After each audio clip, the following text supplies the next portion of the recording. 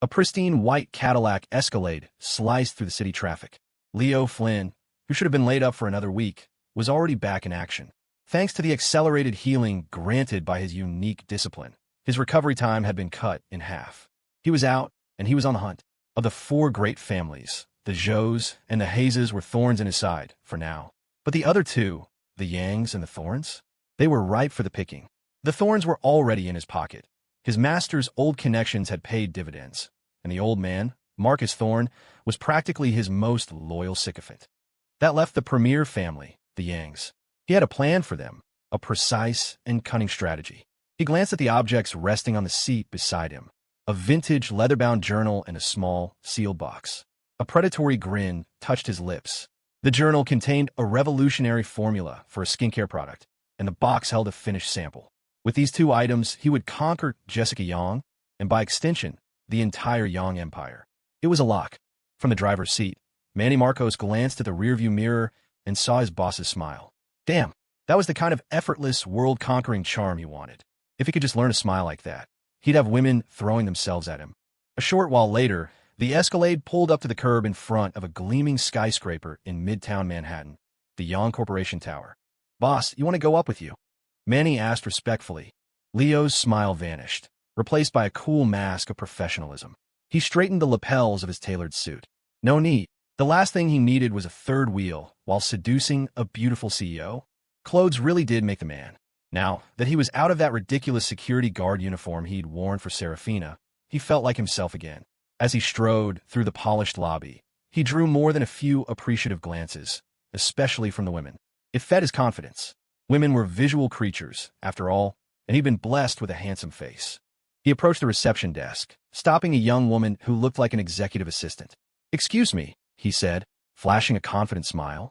"I have an urgent business proposal for your CEO, Jessica Yang. It's a major partnership opportunity. Could you please let her know I'm here?" The assistant blinked, momentarily captivated, before composing herself. "I'm sorry, sir, but Ms. Yang has a very full schedule. If every handsome face with a proposal got a meeting, the CEO would never get any actual work done." Leo's smirk returned, as if he'd anticipated this exact response. He produced a crisp envelope from his jacket pocket. "This is a letter of introduction from the Marcos family. We have a standing business relationship with Yang Corp." The assistant's eyes widened slightly. She took the letter, her gaze falling on the official Marcos family seal on the wax. Her professional demeanor clicked back into place. "Of course, sir. Please follow me." Leo's smile was genuine this time as he fell in a step behind her. Life was so much better now that he wasn't playing watchdog for Saraphina Hayes. What a waste of time that had been. Why'd he ever thought that stupid secret guardian routine was a good idea? If he had just revealed his true identity and power from the start, couldn't he have won her over then? He thought it was entirely possible. After all, look at that useless playboy Asher Vance. He was living proof that women fell for power and money. A few minutes later, on the top floor, Jessica Yang was resting in her office, her eyes closed, when a sharp knock disturbed her. "Come in." The assistant entered, heels clicking softly on the marble floor, the letter in her hand. "Ms. Yang, a Mr. Flynn is here to see you. He has a letter of introduction from the Marcos family. He claims to have a unique skincare formula with remarkable effects, and he's brought a sample. Should I schedule a meeting?" "Wait." Jessica's eyes snapped open, all traces of sleepiness gone. She sat up straighter. "Did you say a skincare formula?" The assistant nodded, a little confused. "Yes. Should I send him in?" Jessica took a deep, steadying breath, her eyes narrowing slightly. "Yes. Show him in. Right away." The assistant bowed and left. A moment later, Leo Flynn walked in, radiating confidence. He had only caught a glimpse of her in profile at the precinct, but now, seeing her head-on, he was floored. My God, New York might as well be called Olympus with all these goddesses walking around. He felt a primal stirring in his gut. This woman, the Dragon King, would have her. "Mr. Flynn," Jessica said, a polite, practiced smile on her face. "I hear you have a project for me in the cosmetic space." Women were born actors, and the more beautiful they were, the more convincing their performance. Her calm exterior was a perfect mask for the tidal wave crashing within her. Was her strange dream about to become reality? She wasn't sure yet, but she had a feeling she was about to find out. "Huh, yes, I have," Leo began, his voice smooth and assured. "I hear Yang Corporation is the industry leader in the States, and you happen to be business partners with one of my subordinates. I believe in keeping things in the family. This is a massive opportunity. Once the production line is up and running, I estimate the formula in my possession could generate tens of billions in pure profit for your company. And if we break into the international market, 100 billion isn't out of the question. He placed the leather-bound journal and the small box on her desk with a flourish. Let the results speak for themselves. Jessica froze. This was exactly what she'd seen in her dream. The next step was her sending the sample to the lab for analysis. Leo settled into a plush armchair across from her like he owned the place, a strange, self-satisfied smile playing on his lips. Before long, the report came back from the R&D department. Just as in a dream, the analysis found no harmful ingredients and confirmed its potent whitening and clarifying effects. Jessica then had a staff member test the sample, and the results were immediate and dramatic. Best of all, the raw materials listed in the journal were common and relatively inexpensive. Leo's smug grin widened. He went in for the kill. I want an 80-20 split. Jessica picked up the small box containing the cream, turning it over in her hands, her expression unreadable. She remained silent for a long moment. Ms. Young, you can have your people verify my claims, Leo prompted. You'll see I'm telling the truth. She finally looked up, and a dazzling smile transformed her face. Leo felt his breath catch. He, the Dragon King, had been surrounded by beautiful women his entire life, but Jessica Yang's smile could eclipse them all, reducing them to cheap imitations. Let's do 2080, she said, her voice breezy. Her generosity caught him completely off guard. I'm impressed, Ms. Young. So decisive you won't even double-check the formula. I'm truly moved, he said, his own charming smile returning, feeling utterly triumphant. Jessica's tactic of yielding so completely had won him over. Forget 80-20. Let's make it 70-30. Only 70-30? Jessica's eyebrow arched. My family is putting up quite a bit of capital, you know. We'll be investing in new facilities, handling all the marketing, navigating the entire launch. For only a 70% stake? That seems a little unfair, don't you think? The formula in the journal was priceless, yes. But without the capital and infrastructure to back it, it was just a piece of paper. If he took it to a second-rate company, they'd never unlock its full potential. To break into the global market quickly, he needed a powerhouse like the Yangs. Leo's smile froze on his face. He felt a creeping sense of dread. You have to be kidding me. When had he ever said he would only take 30%? Ms. Young, when I said 70-30, I meant 30% for you. Clack. Jessica casually dropped the box on her desk. Her smile vanished, as if it had never been there. Mr. Flynn, don't you think you're being a little greedy? He shrugged, feigning helplessness. It's a family heirloom, a secret passed down through generations. I've made a decision that goes against the wishes of my ancestors. I've been struggling financially, you see, and my conscience is racked with guilt. This was a last resort. He leaned forward slightly. But if you're not interested, there's a long line of people who would kill for this opportunity. The subtext was clear. I'm doing you a favor by even being here. Don't push your luck. He was absolutely certain she would fold. This wasn't just about money. It was about prestige. This product could make Yang Corporation an international titan, a brand that could dictate prices at will. But in the next instant, Jessica waved a dismissive hand, a look of utter disdain on her face.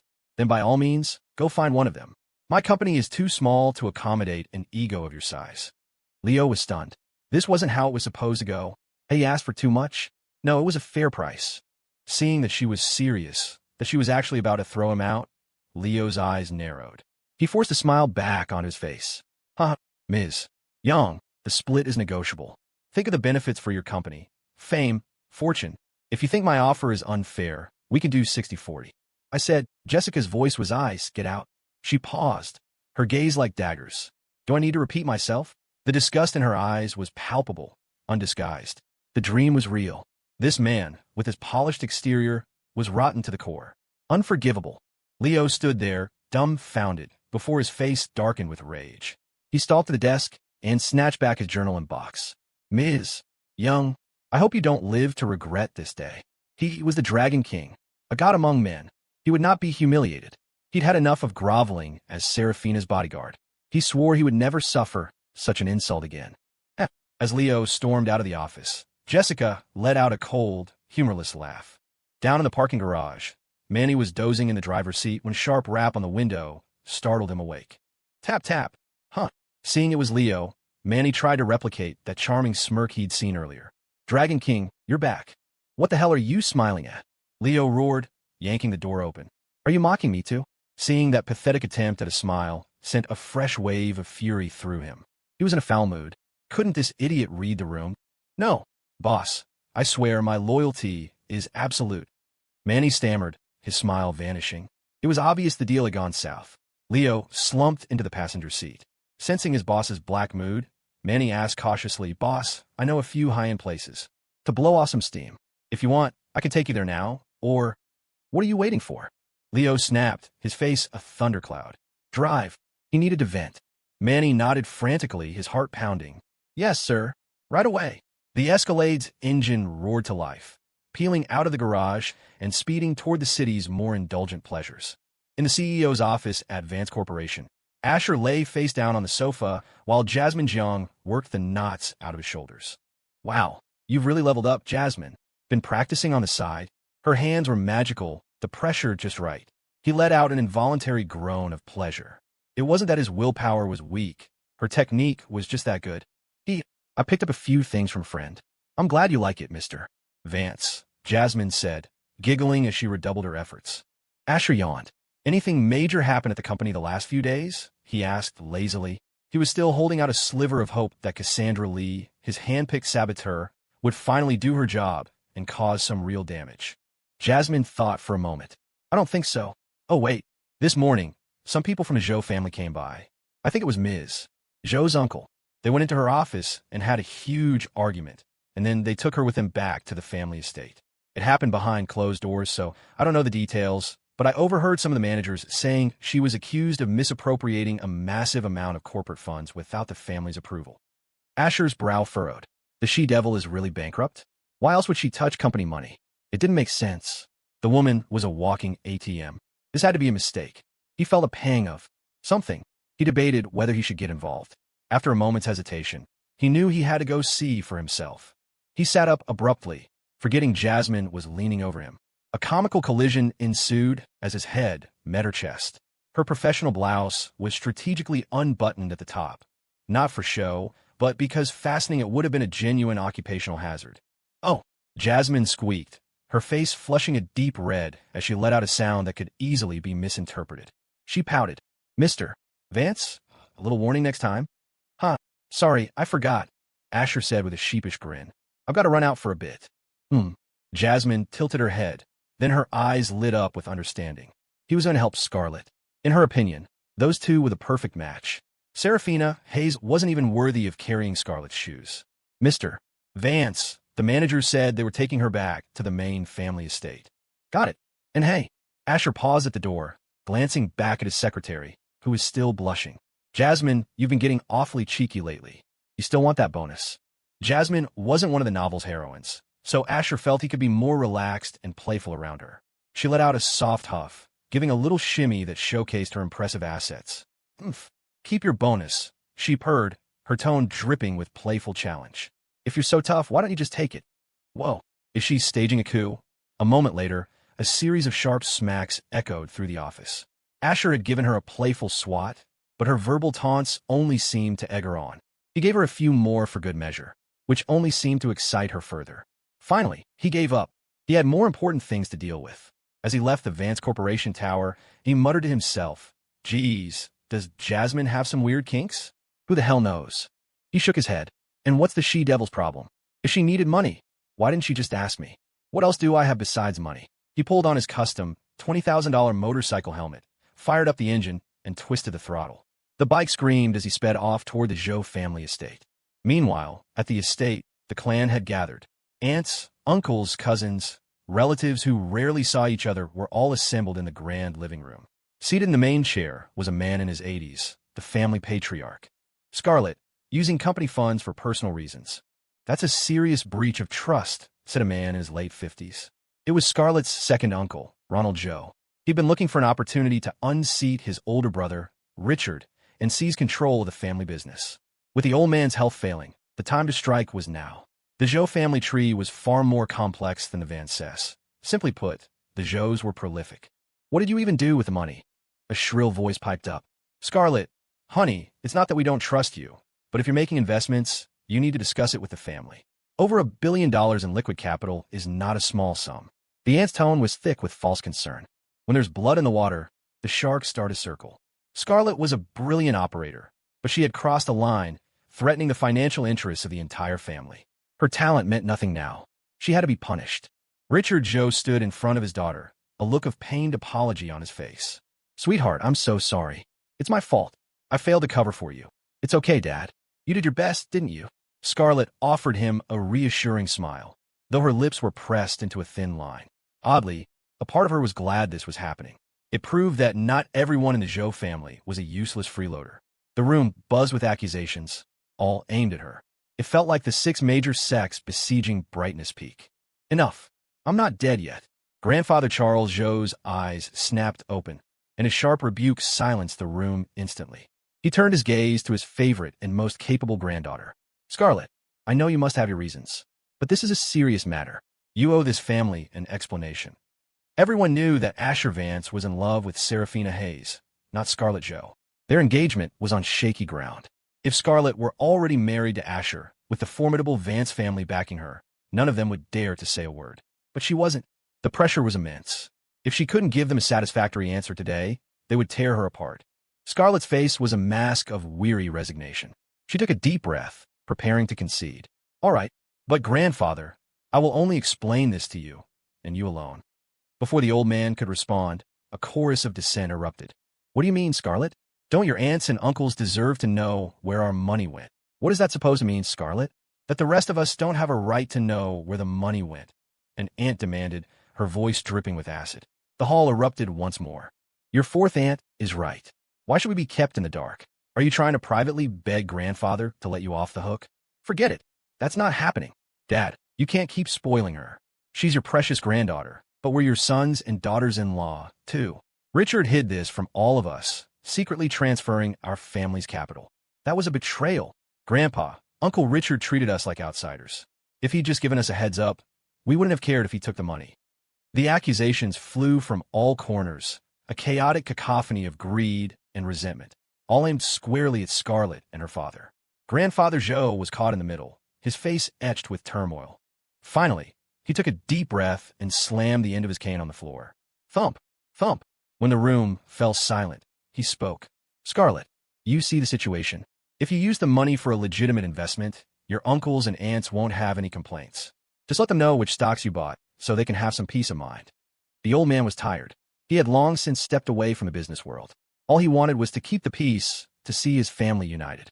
"Your father's right," Ronald's wife muttered just loud enough for everyone to hear. "Buying a few stocks and being so secretive about it. I bet you were afraid we'd invest, too, and cut into your profits, weren't you?" Though no one else spoke, the sentiment hung heavy in the air. Family doesn't deceive family. Good fortune should be shared. Scarlet felt a sharp pain in her chest, as if a knife were twisting in her heart. She had been trying to help the Vance family, while also securing a massive windfall for her own. A windfall of historic proportions. The full $30 billion fund she had leveraged was a joint pool. The Zhao family had a stake in it. This single move would have been enough to cement their position as the undisputed leader of the 4 great families. She, a king, was trying to carry a team of scrubs to victory. But now she saw it all clearly. Family, loyalty, it was all a joke. Outside of her parents, and perhaps her grandfather, these relatives were nothing but a pack of ungrateful wolves. Give them an inch, and they try to take the whole damn mile. Despite the immense pressure, Scarlet remained silent. If she revealed the truth now, the news would leak, causing a catastrophic domino effect with unforeseen consequences. Seeing her defiant silence, Ronald Zhou's eyes narrowed, his voice laced with menace. "Scarlet, it's come to this. Just tell us what happened. Otherwise, your father, your mother, and you could all be facing prison time."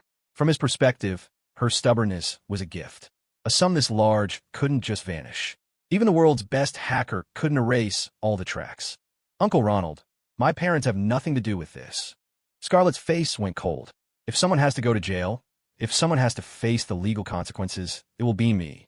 I'll take full responsibility. Leave my parents out of it." Ronald shrugged. "Tell that to the judge." "Ronald, after decades as brothers, are you really going to be this cruel?" Richard Zhao finally cried out, unable to bear it any longer. "Big brother, you make me laugh," Ronald sneered. "Go ahead, Ask our other brothers and sisters. They're all thinking the same thing. I'm just the only one with the guts to say it out loud. Just then, a young man in a black suit hurried into the room, holding a laptop. Sir, I found the destination of the funds. Ronald's face lit up. Quickly, where did the money go? The young man turned the laptop screen toward the crowd. The last trace shows the entire sum was transferred into a Vance Corporation account. A collective gasp went through the room. They were stunned into silence. She wasn't even married yet, and she was already funneling her family's money to her in-laws. Was there any justice in the world? Richard and his wife looked at each other, completely bewildered. Ag, this is the end of me. Ronald's wife suddenly shrieked, squeezing out a few crocodile tears.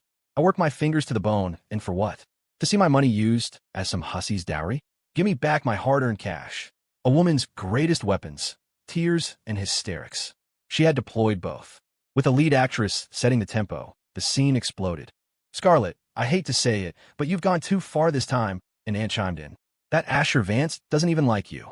He's in love with Saraphina Hayes. Don't you have any self-awareness? Exactly.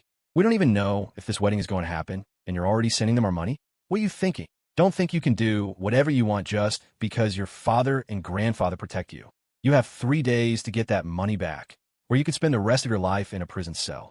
The voices belonged to Ronald's faction, but it didn't matter anymore. This had touched everyone's bottom line. The neutral parties quickly began choosing sides. In the entire, sprawling Zhao family, only a handful of people remained silent, refusing to join the chorus of condemnation. Scarlet felt her heart shatter. The pain was immense, but the cruel words of her so-called family cut even deeper, chilling her to the bone. Under her leadership, the Zhao family business had nearly doubled in size, a testament to her sweat and blood. But they chose to see none of it. She scanned a room, silently memorizing the faces of those few who had not turned on her. A few weeks in jail? She could handle it. But her parents? A wave of helplessness washed over her. They were her only weakness. For a fleeting moment, an image of Asher Vance flashed in her mind. Just as quickly, she pushed it away. The thing that tortures you most is never someone's cruelty, but your own hopeful expectations. No way. Are you actually broke?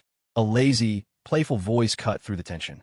At the sound of the voice, every head in the Zhao family hall swiveled toward the entrance.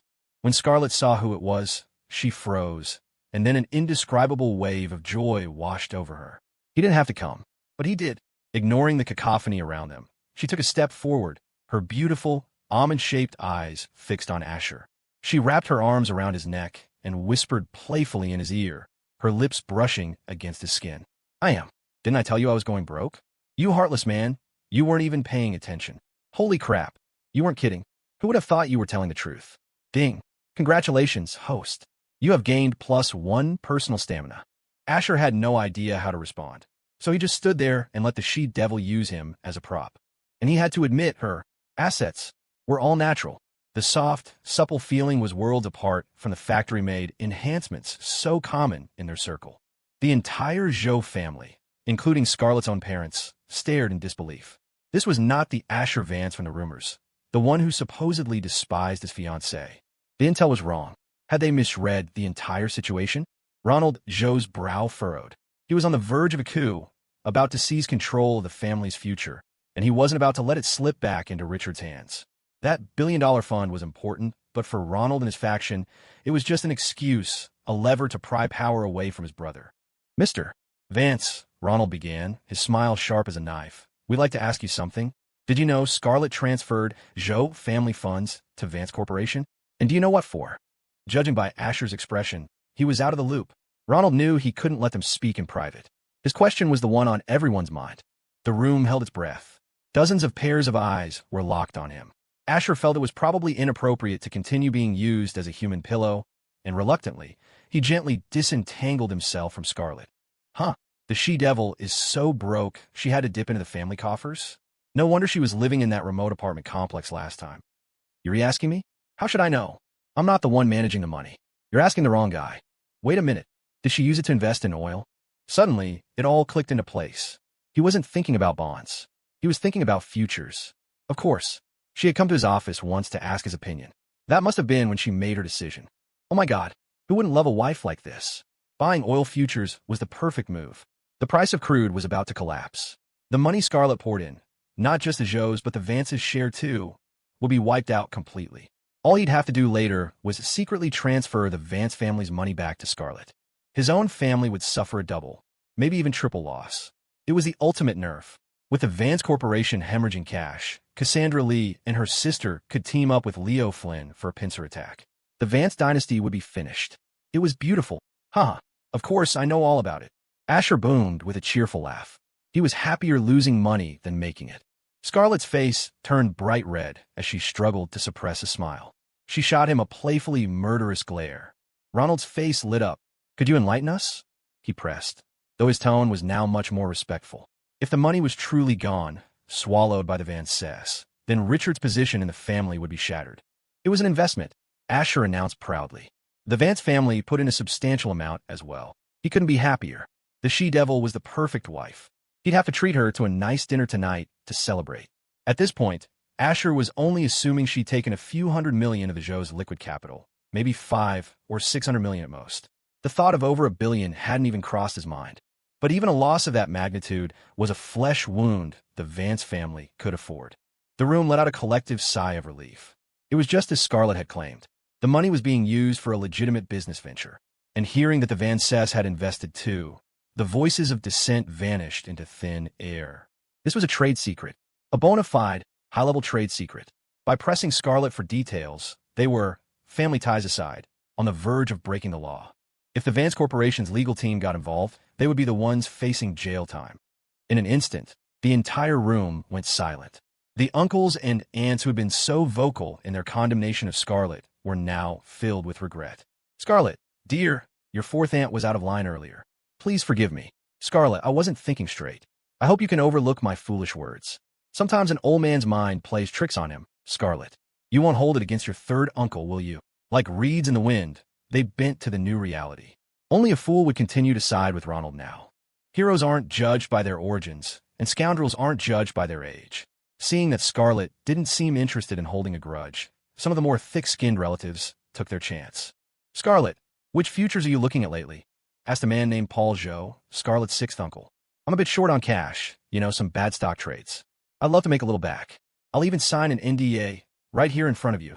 A younger cousin saw his opening and jumped in. Uncle Paul, that's not fair. You need money, but what about the rest of us? Scarlet, I'll sign one too. Let me in on it.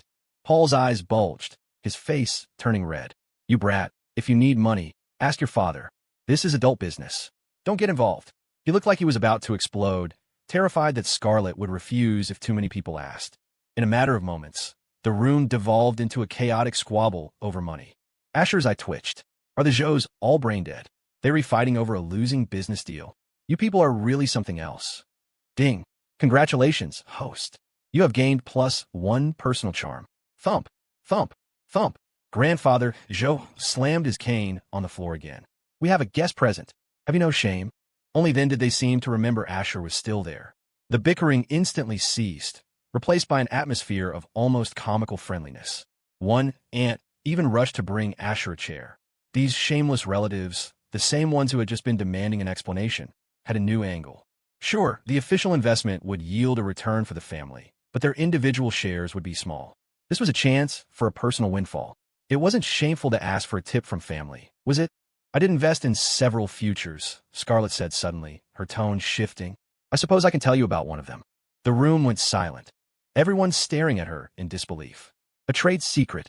She was actually going to share a trade secret. Many of them flushed with shame. Scarlet's grace and generosity stood in stark contrast to their earlier selfish, aggressive behavior. The comparison was painful. Asher shot her a surprised look. Feeling his gaze, Scarlet's lips curved into a mesmerizing smile. Hiss! Asher sucked in a breath. There was something unsettling about that smile. It was beautiful, yes, but it felt dangerous, like she was about to fleece them all.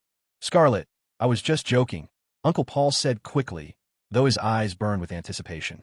The room filled with a chorus of wheedling voices, all spouting pretty words. The gist was, Scarlet, the market is a dangerous place for a young woman like you. Since you can't possibly manage all that profit yourself, why not share it with family? Keep the wealth within the Zhao's. Even Ronald Zhao hadn't left in a huff. He, too, was intensely curious about where the money had gone. Who would say no to free cash? I can only say there's a high probability of profit. I can't guarantee it 100%, Scarlet said, feigning helplessness. Think carefully before you commit. This only made them more desperate. That's fine. A high probability is good enough. Your Uncle Paul won't blame you if it doesn't pan out, he said, beaming. The others echoed his sentiment. Still, Scarlet shook her head, pretending to be worried. They had a track record, after all. Finally, at Uncle Paul's suggestion, the Zhao family's legal team was summoned. Soon, ironclad confidentiality and liability waivers were printed out. The relatives scrambled to sign them, legally binding themselves to take full responsibility for any potential losses. They glanced at Asher, the representative of the Vance family, who stood by without a word. To them, his silence was a clear endorsement. He was letting them in on the deal. Even the shameless Ronald Zhao signed a waiver. During the commotion, Richard Zhao quietly tried to persuade his daughter to drop the legal formalities, but this time, Scarlet refused. She had seen their true colors. All right, uncles and aunts, Scarlet said, gathering the stack of signed agreements. I will tell you about one of the futures. Whether you choose to buy is entirely up to you. The tension in the room was electric. The Vances were in on this. They'd be fools not to invest. Under their expectant gazes, Scarlet finally spoke. It's a future you're all familiar with. Crude oil. Every major family had heard the rumors that oil prices were about to rise. But they were all hesitating, waiting for someone else to test the waters first. Scarlet's words were the final push they needed. It was a sign from the heavens. This was a guaranteed win. Mom, Dad, I'm heading back to the office, Scarlet said with a smile. Her parents looked at Asher, a sense of deep gratitude and indebtedness on their faces. They wanted to say something, but couldn't find the words. Asher saw their discomfort. It's just money. For my family, it's nothing. This put them at ease. They chatted for a few more minutes, during which Asher was dying of secondhand embarrassment. These Zhao relatives were ecstatic, some already on their phones, discreetly telling their brokers to buy crude oil futures. You idiots, Asher screamed internally. It's the bonds. You short the bonds to make money. You're all going to lose everything. He had to hand it to the she-devil. She was devious and brilliant. With those signed waivers in hand, she was completely in the clear. Any losses they suffered were their own damn fault. In the courtyard of the Zhao family estate, Scarlet and Asher stood by his motorcycle. You helped me out of a huge jam back there, Scarlet said, a dimple appearing in her cheek. How should I reward you? Is this really happening? A man of his word doesn't lie. Asher took a deep breath, fighting the urge to say yes. I didn't help you. I came here to ask Dr. Julie and Zhao to do my father's regular checkups. Helping you was just a coincidence. Do you like candy? She asked, winking playfully. The question caught him completely off guard. Asher shook his head. Well, am I a kid? I don't like candy. It's not for you to eat, she said, her voice laced with meaning. What the hell? If it's not for me, why ask me if I like it? Don't tell me. You're the one who's going to eat it. Ding. Congratulations, host. You have received plus $666. I'm not interested in your candy. You can have it, Asher said, reaching for his helmet, ready to make a quick getaway. The she-devil was definitely up to something. I'm talking about the kind of candy adults eat, Scarlet added, a faint blush dusting her cheeks. Asher's hand froze. He stood there stunned. She-devil, that is a very dangerous thought. Ahem. You keep it for yourself, he stammered. But Scarlet wasn't about to let him go. How did you know I was the one who was going to eat it? She purred, her tone impossibly seductive as she shot him a knowing look. Asher, for his part, pretended he had no idea what she was talking about. Nobody had ever taught him these things. Give me a ride? Scarlet changed the subject with a smile. I didn't drive here. This back seat wasn't for her. It was reserved for the real, fake, female lead, Saraphina Hayes. Asher was prepared for this. He held up his helmet. Sorry, only got one. First the Balenciaga, now this candy business. It was too much. He was going to fall for her, and he still had a plot to follow. Any sugar-coated bullets that got in his way had to be dodged. Scarlet frowned, unwilling to let him slip away so easily. Just as she was trying to think of another plan, a soft voice called out. Cousin-in-law, looks like you're short a helmet. You can borrow mine if you want. Scarlet turned to see her younger cousin, Cynthia Zhao. Cynthia's family was one of the few that hadn't turned on Scarlet. She was a motorcycle enthusiast herself and had ridden her own bike to the estate. I'm not your cousin-in-law, Asher protested. Hey kid, don't just say things like that. You're making things very difficult for me. Don't block my path to following the plot. Ding. Congratulations, host. You have received +1 high-grade skincare formula. Huh. What's the dog system playing at? His family was in finance, not cosmetics. What was he supposed to do with a skincare formula? Besides, he wanted to lose money, not make it. Cynthia, your cousin-in-law is just a bit shy. Don't mind him, Scarlet said with a grin. She took the helmet from a bewildered Cynthia and thanked her. After a brief chat, Cynthia left. Now, may I get on your motorcycle? Scarlet asked, holding up the helmet. A man had to be responsible for his words. Defeated, Asher patted the seat behind him. Fine, get on. She put on the helmet, fumbling with it for a moment. Asher couldn't help but chuckle. Your head's pretty big. Inside the helmet, Scarlet blushed. But she wasn't one to lose a battle of wits.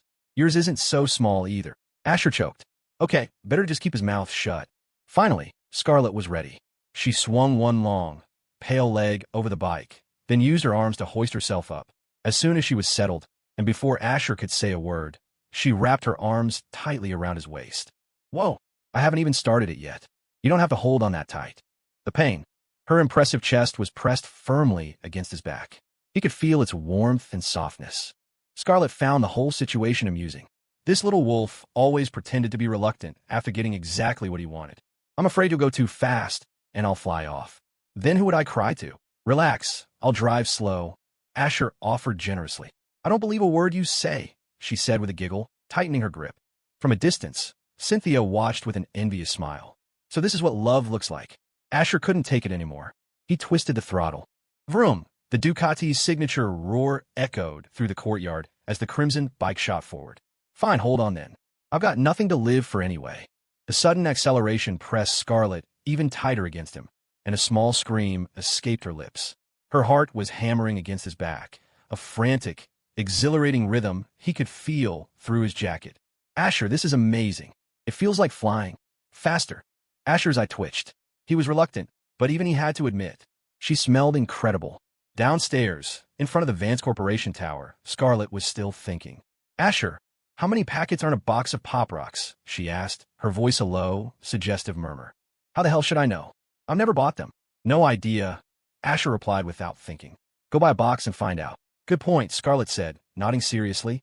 Asher was surprised. You like that stuff? It's not for me. It's for you. She stared at him, her words heavy with implication. He was completely lost. I really don't like candy. We'll see about that, Scarlet said with a shrug, her face flushing slightly. Maybe the other you will. At that moment, something clicked. Asher wasn't a complete idiot. Oh, hell yes. You said it, not me. $1. That's not nearly enough. Don't starve the kid. 2 words, 1 case.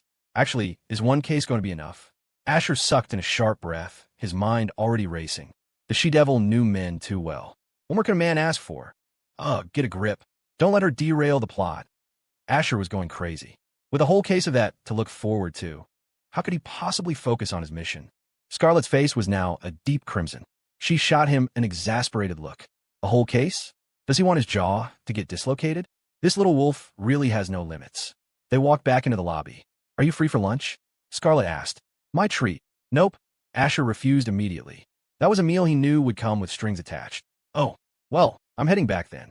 Scarlet didn't press the issue. She had things to take care of. With a few sharp clicks of her heels, she was gone. Asher rubbed his nose. Maybe her whole candy offer was just a joke. He shrugged it off and headed up to his office. Jasmine and Cassandra were nowhere to be found. Jasmine was probably busy with work, and Cassandra was likely out shopping with Chloe. He'd heard them making plans that morning. He sank into his large executive chair. A cold, mechanical voice, one he hadn't heard in a long time, echoed in his mind. Host must retrieve the item stored in the system space within 24 hours. Failure to do so will result in automatic distribution of the item. Asher's face soured. You damn system. You finally decide to show up? He mentally shouted. Don't you dare play dead with me. Look what a mess the plot is in. Am I even supposed to follow it anymore? You owe me an explanation. Right now? Hey, are you there? No matter how much he yelled, the system remained silent, as if it had crashed. Great. The damn system had decided to just give up. Fine, Asher muttered. 24 hours of free storage. I guess you have some conscience left. Otherwise, if a blueprint or something else just popped into existence on my desk, I'd have a hard time explaining it. He took a deep breath, retrieved the skincare formula. In an instant, an old, rolled-up piece of parchment appeared in his hand. He unrolled it curiously. What the hell? What is this even? Volcanic clay whitening formula? Sounds like a cheap gimmick. The system is learning how to pull a bait-and switch. It was completely outside his field of expertise. With a look of disgust, Asher tossed the parchment onto his desk like a piece of trash. His mind began to wander. Who did he know in the beauty industry? After filtering through a few names, only one remained, Jessica Yang. It was perfect. If he gave the formula to anyone else, they'd insist on giving him a cut of the profits. No matter how much he refused, they'd find a way to repay him, desperate to curry favor with the Vance family. Money was just a number. Power and connections were the real currency. Wait, isn't the protagonist, Leo, also trying to partner with her using a formula? Asher mused. If I send her this one, won't that just make her stronger? She and Leo might even team up by now. I'd be using my resources to empower the male and female leads, making it easier for them to take me down. Asher's eyes lit up. The system hadn't abandoned him after all. This volcanic clay formula was a way to buff the heroine, to make her powerful enough alongside the hero to finally destroy him. It was brilliant. He had misjudged the system. The formula was explicitly labeled high grade. It had to be at least as good as, if not better than, the one Leo Flynn was peddling. He vaguely remembered that Leo had made a fortune off that stupid scroll, giving him the financial foundation to challenge the Vance family later on.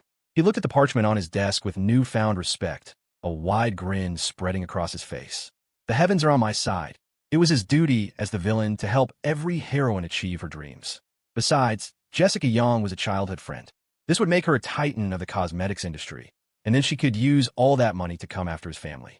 The thought made him so excited he almost started drooling. He immediately pulled out his phone and ordered a courier. Why not use a company messenger? Please.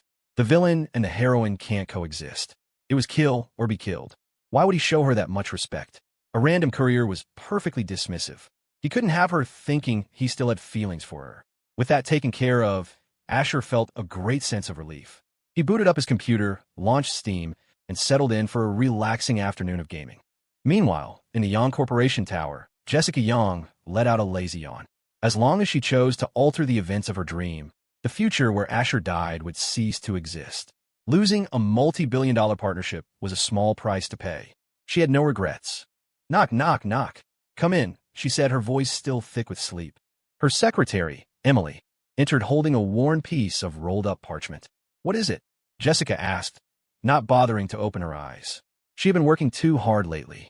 Ms. Yang, a courier just delivered this for you. At those words, Jessica was instantly wide awake. A cold fury washed over her as she realized what it must be. I don't want it, she snapped. Send it back. If you can't, then throw it out. I don't want that trash dirtying my office. That Leo Flynn was such a scoundrel. Even after she'd rejected him, he had the audacity to send the formula over anyway. Did he think the Yang Corporation was a garbage dump? Emily stood there, stunned. Is Ms. Yang going through early menopause? But an order was an order. She turned to leave, clutching the parchment and muttering under her breath. Next time something comes from Vance Corporation, I'll just throw it out. Her voice was quiet, but in her heightened state, Jessica heard every word. Wait, she commanded. The single word made Emily jump. Why yes, Ms. Young? Is there anything else? What did you just say? Jessica's tone was severe. Emily's face went pale. I asked if there was anything else. Not that. What you were just muttering. To throw it all out. Before that, the thing for Vance Corporation. Jessica's eyebrows knitted together. She beckoned with a slender finger. Bring it here. Emily scurried over and respectfully placed the parchment on the desk. Have you looked at this? Jessica asked. Emily shook her head so vigorously it looked like it might fall off. No, ma'am. I ran into the courier on my way in. I assumed it was important, so I brought it straight here without delay. A flicker of anticipation sparked in Jessica's chest. She feigned nonchalance. Did you ask the courier who from Vance Corporation sent it? Yes, I did, Emily replied dutifully. A faint blush crept up Jessica's neck, tinting her elegant features. Her heart began to pound. Was it Asher Vance? Yes, I mean no. Emily corrected herself instantly. Jessica glared at her, her displeasure obvious. Well, was it or wasn't it? It wasn't, Emily said, looking like she was about to cry. Ms. Yang, I asked the courier, but he just said he picked it up from the front desk at Vance Corp. The name and contact number on the delivery form were just listed as the main reception.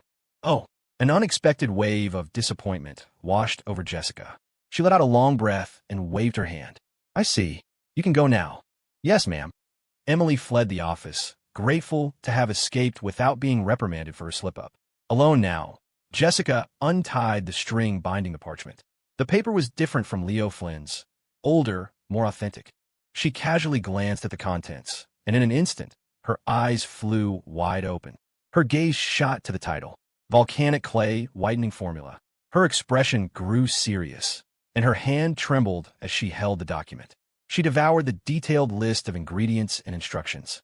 After a long while, she finally looked up, her hand still clutching the parchment. As an industry expert, she understood the technical terms at a glance. This formula wasn't just valuable, it was a revolution. Its potential worth dwarfed the one Leo Flynn had brought her that morning. Furthermore, the raw materials were 3 times cheaper and far more accessible. But the most incredible part was its efficacy. According to the text, it was an all-in-one solution for acne, dark spots, and whitening, suitable for all skin types, oily, dry, in combination. Using the process of elimination, she couldn't think of a single person at Vance Corporation, other than Asher himself, who would be foolish enough to gift the Yang family, a free, multi-billion-dollar ticket to global domination. Her eyes drifted to the calendar on her desk, and a soft, beautiful smile bloomed on her face. 15 years, Ash. You really know how to play the long game. I guess this makes up for 15 missed gifts. But still, I wish you had given it to me in person. In a few days, it would be her birthday. What else could this be but a present?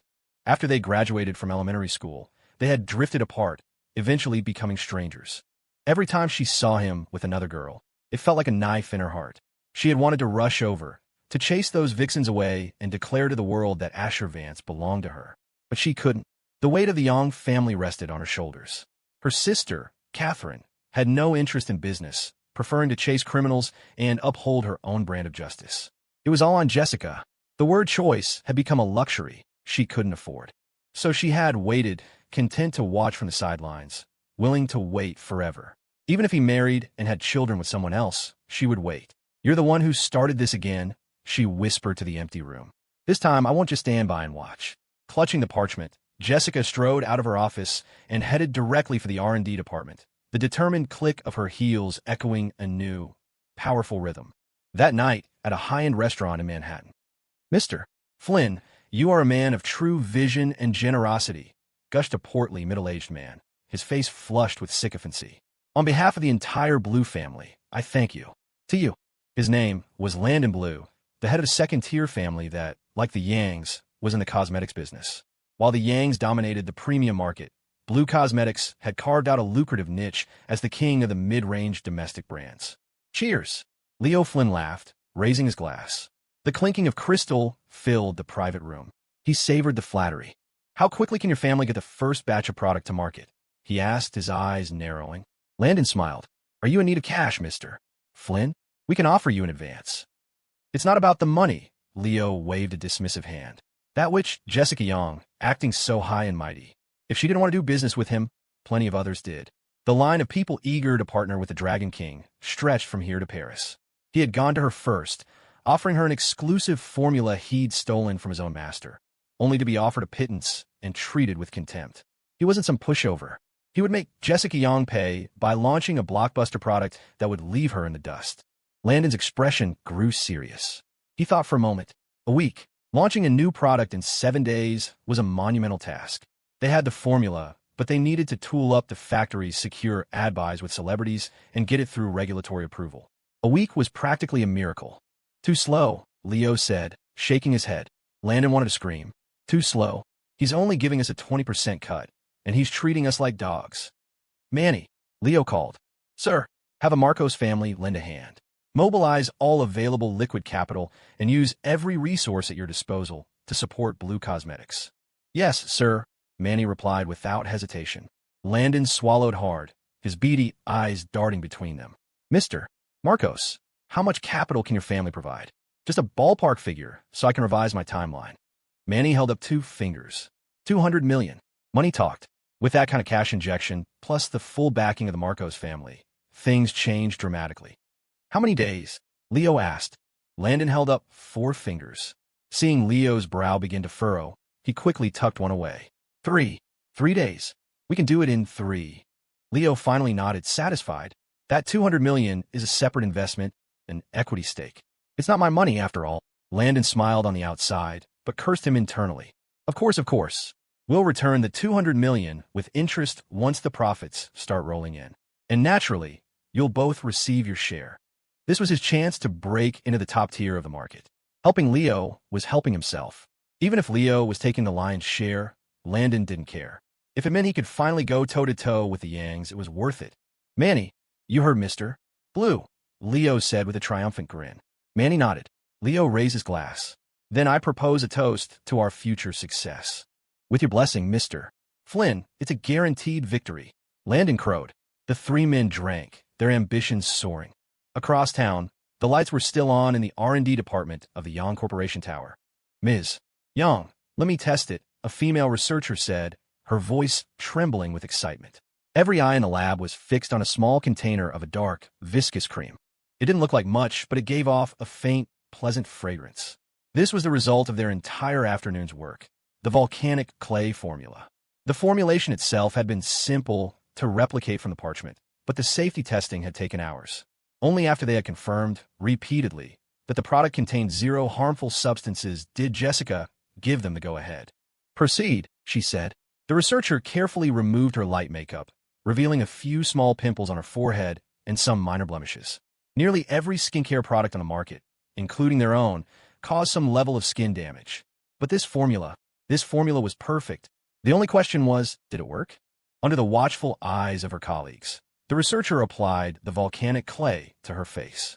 It felt cool and soothing, like a very mild version of an herbal balm. 15 minutes later, as instructed, she rinsed it off. The results were miraculous. Her face was transformed. The pimples were gone. Not just reduced, but completely vanished, without a trace of redness or scarring. The blemishes had disappeared. Her skin was visibly brighter, smoother, and more radiant. The effect was astonishingly good. Someone started clapping, and soon the entire lab erupted in thunderous applause and jubilant cheers. To develop a product of this quality was a lifelong dream for every one of them. And now it had happened. Jessica stood there, her mouth agape, feeling like she was in a dream. The gift Asher had sent her. It was too big. It's huge. A few minutes later, Jessica Yang's face was flushed crimson as she issued a sharp command. I want that patent filed tonight. No exceptions. Yes, ma'am, the head of legal affairs replied, a broad smile on his face. Everyone involved in formulating the volcanic clay formula that evening signed a cast-iron non-disclosure agreement. As for the next steps, Jessica already had a rough plan taking shape in her mind. Back at the Yang estate, she bypassed dinner completely and went straight for a long, hot shower. In a corner of her room, she located a small wooden chest shrouded in a thick layer of dust. It had clearly been sitting there for a very long time. After wiping it clean with a cloth, she opened the lid. Inside, a collection of simple, unassuming trinkets lay in stark contrast to the ornate, magnificent chest that held them. A faded doll, a ceramic piggy bank, a fluffy pink stuffed animal. 6 items in total. Altogether, they weren't worth more than $200, but to Jessica, they were priceless. No one would ever guess that the brilliant, commanding CEO of Yang Corporation would gaze upon a collection of childish toys with such a fond, unguarded smile. She looked at them for a long moment before her focus returned. She picked up her phone and called her secretary, Emily. The call connected almost instantly. Ms. Yang, how can I help you? My birthday is in 3 days. I want to do something big this year. Make it lavish. Send invitations to the younger generation of every family in New York, anyone tier 3 or above, Jessica instructed. Also, book the A-list actress Lena in, and invite every socialite you can get your hands on. The more, the better. The venue will be the Bulgari Hotel. Set the preliminary budget at $10 million. Jessica's tone was perfectly level, as if she were discussing the weather. On the other end of the line, her secretary's mind went blank. Was this the same Jessica Yang she knew? In the 8 years Emily had worked for her, Jessica had never once asked her to plan a birthday party. She hated extravagant, noisy affairs. This was completely out of character. Ms. Yang, are you sure? Emily's uncertain voice crackled through the phone. Jessica smiled. I have my reasons. The birthday is secondary. The main event is the launch of a new skincare product I have. This party is the perfect marketing opportunity. Secondary or primary, it was all part of her plan. She was going to use this opportunity to invite every single woman connected to Asher Vance. She was declaring war on those vixens. If Saraphina Hayes came, Asher would come. If Asher came, that scheming fiancé of his, Scarlet Joe, would definitely show up. As for Chloe Vance, she was Kate's childhood friend and had always called her Big Sister Jessica. Of course, she'd come to show her support. Chloe wasn't a threat at all. In fact, she was a potential super ally. Her future sister-in-law. Best to get on her good side early. Saraphina was even less of a threat. The only real rival was Scarlet Joe. Right? Of course. I understand. Emily's eyes lit up. She knew her boss wasn't that superficial. Jessica proceeded to lay out the rest of her instructions. As the foremost of the four great families, the Yang's financial power and network were second to none. Manufacturing and packaging a new skincare line in 3 days was laughably easy. Jessica's strategy was simple: target the rich. She would drain the bank accounts of every socialite, heiress, and wealthy wife in the city. They were a massive, untapped goldmine. Men conquer the world to conquer women. Women do the exact opposite. And what woman didn't dream of eternal youth? Of course, the Yang Corporation would later release more affordable, mass-market versions. The raw materials were incredibly cheap. After all, quantity would eventually lead to a qualitative shift in the market. Hiring Lena would only cost a couple of million, and the socialites were essentially free advertising. The day of the party would be the day the volcanic clay formula became a sensation. Through word of mouth, it would go viral. After hanging up, Jessica stretched languidly, the elegant lines of her body shifting under her robe. I was here first, she thought, a smirk playing on her lips. Scarlet Joe, what do you possibly have that can compete with me? The things I can do for Ash. You can't even begin to imagine. The next morning, in the CEO's office at Vance Corporation, Asher Vance stared at the gilded invitation that had been delivered from Jessica Yang, lost in thought. After a long moment, a gasp escaped his lips. Holy shit, he exclaimed. It's finally Jessica's plotline. A devilish grin spread across his face. The invitation for the face-slapping event has arrived. Perfect. Asher cackled like he'd just discovered a hidden treasure. In his past life, when he attended that party, Jessica was already head over heels for the protagonist, Leo. They were constantly flaunting their romance in his face. So what if they were childhood friends? The protagonist and heroine had to show off, and he was just the villain, destined to get his face metaphorically slapped. The big brain, a.k.a. Dumb Blonde, Saraphina Hayes had been there too, curious about Leo's new cosmetic line. And wherever the Dumb Blonde went, could the sycophantic villain be far behind? So, Asher had shown up to play his part as the dutiful simp. And, naturally, he'd been humiliated. A double whammy, really. First from a Dumb Blonde, and then from Jessica and her new beau. But this time, with his meddling, the humiliation was going to be so much more intense. Especially since he was the one who had given Jessica the real volcanic clay formula. The invitation even mentioned it by name. What was strange, though, was that he didn't see the name of the protagonist's product anywhere. Not that it mattered. It was probably being saved as the big, dramatic finale. Oh, Plot, my dear Plot, you haven't given up on me, and I won't give up on you, Asher cooed, clutching the invitation. We're in this together till death do us part. Just wait for my performance this time. I'm going for a perfect 100. He was so overcome with excitement that words failed him. He brought the thick cardstock to his lips and planted a few kisses on it. Mwah, mwah, 3. At that exact moment, the door swung open. Anya walked in, freezing as she caught him in the act of making out with the invitation. Asher's lecherous expression was on full display. The atmosphere turned to ice. Oh, excuse me, pervert, Anya said with a deadpan expression before turning around and closing the door. Hey, it's not what you think, Asher yelled, his honor on the line. Dragon Queen, you've got the wrong idea. If anyone's a pervert, it's you, who meets someone and immediately asks them to wash their underwear, and then suggests I use it? Even a ghost would nope out of that one. P.S. Maybe one more chapter tonight. Oh, intersection after intersection.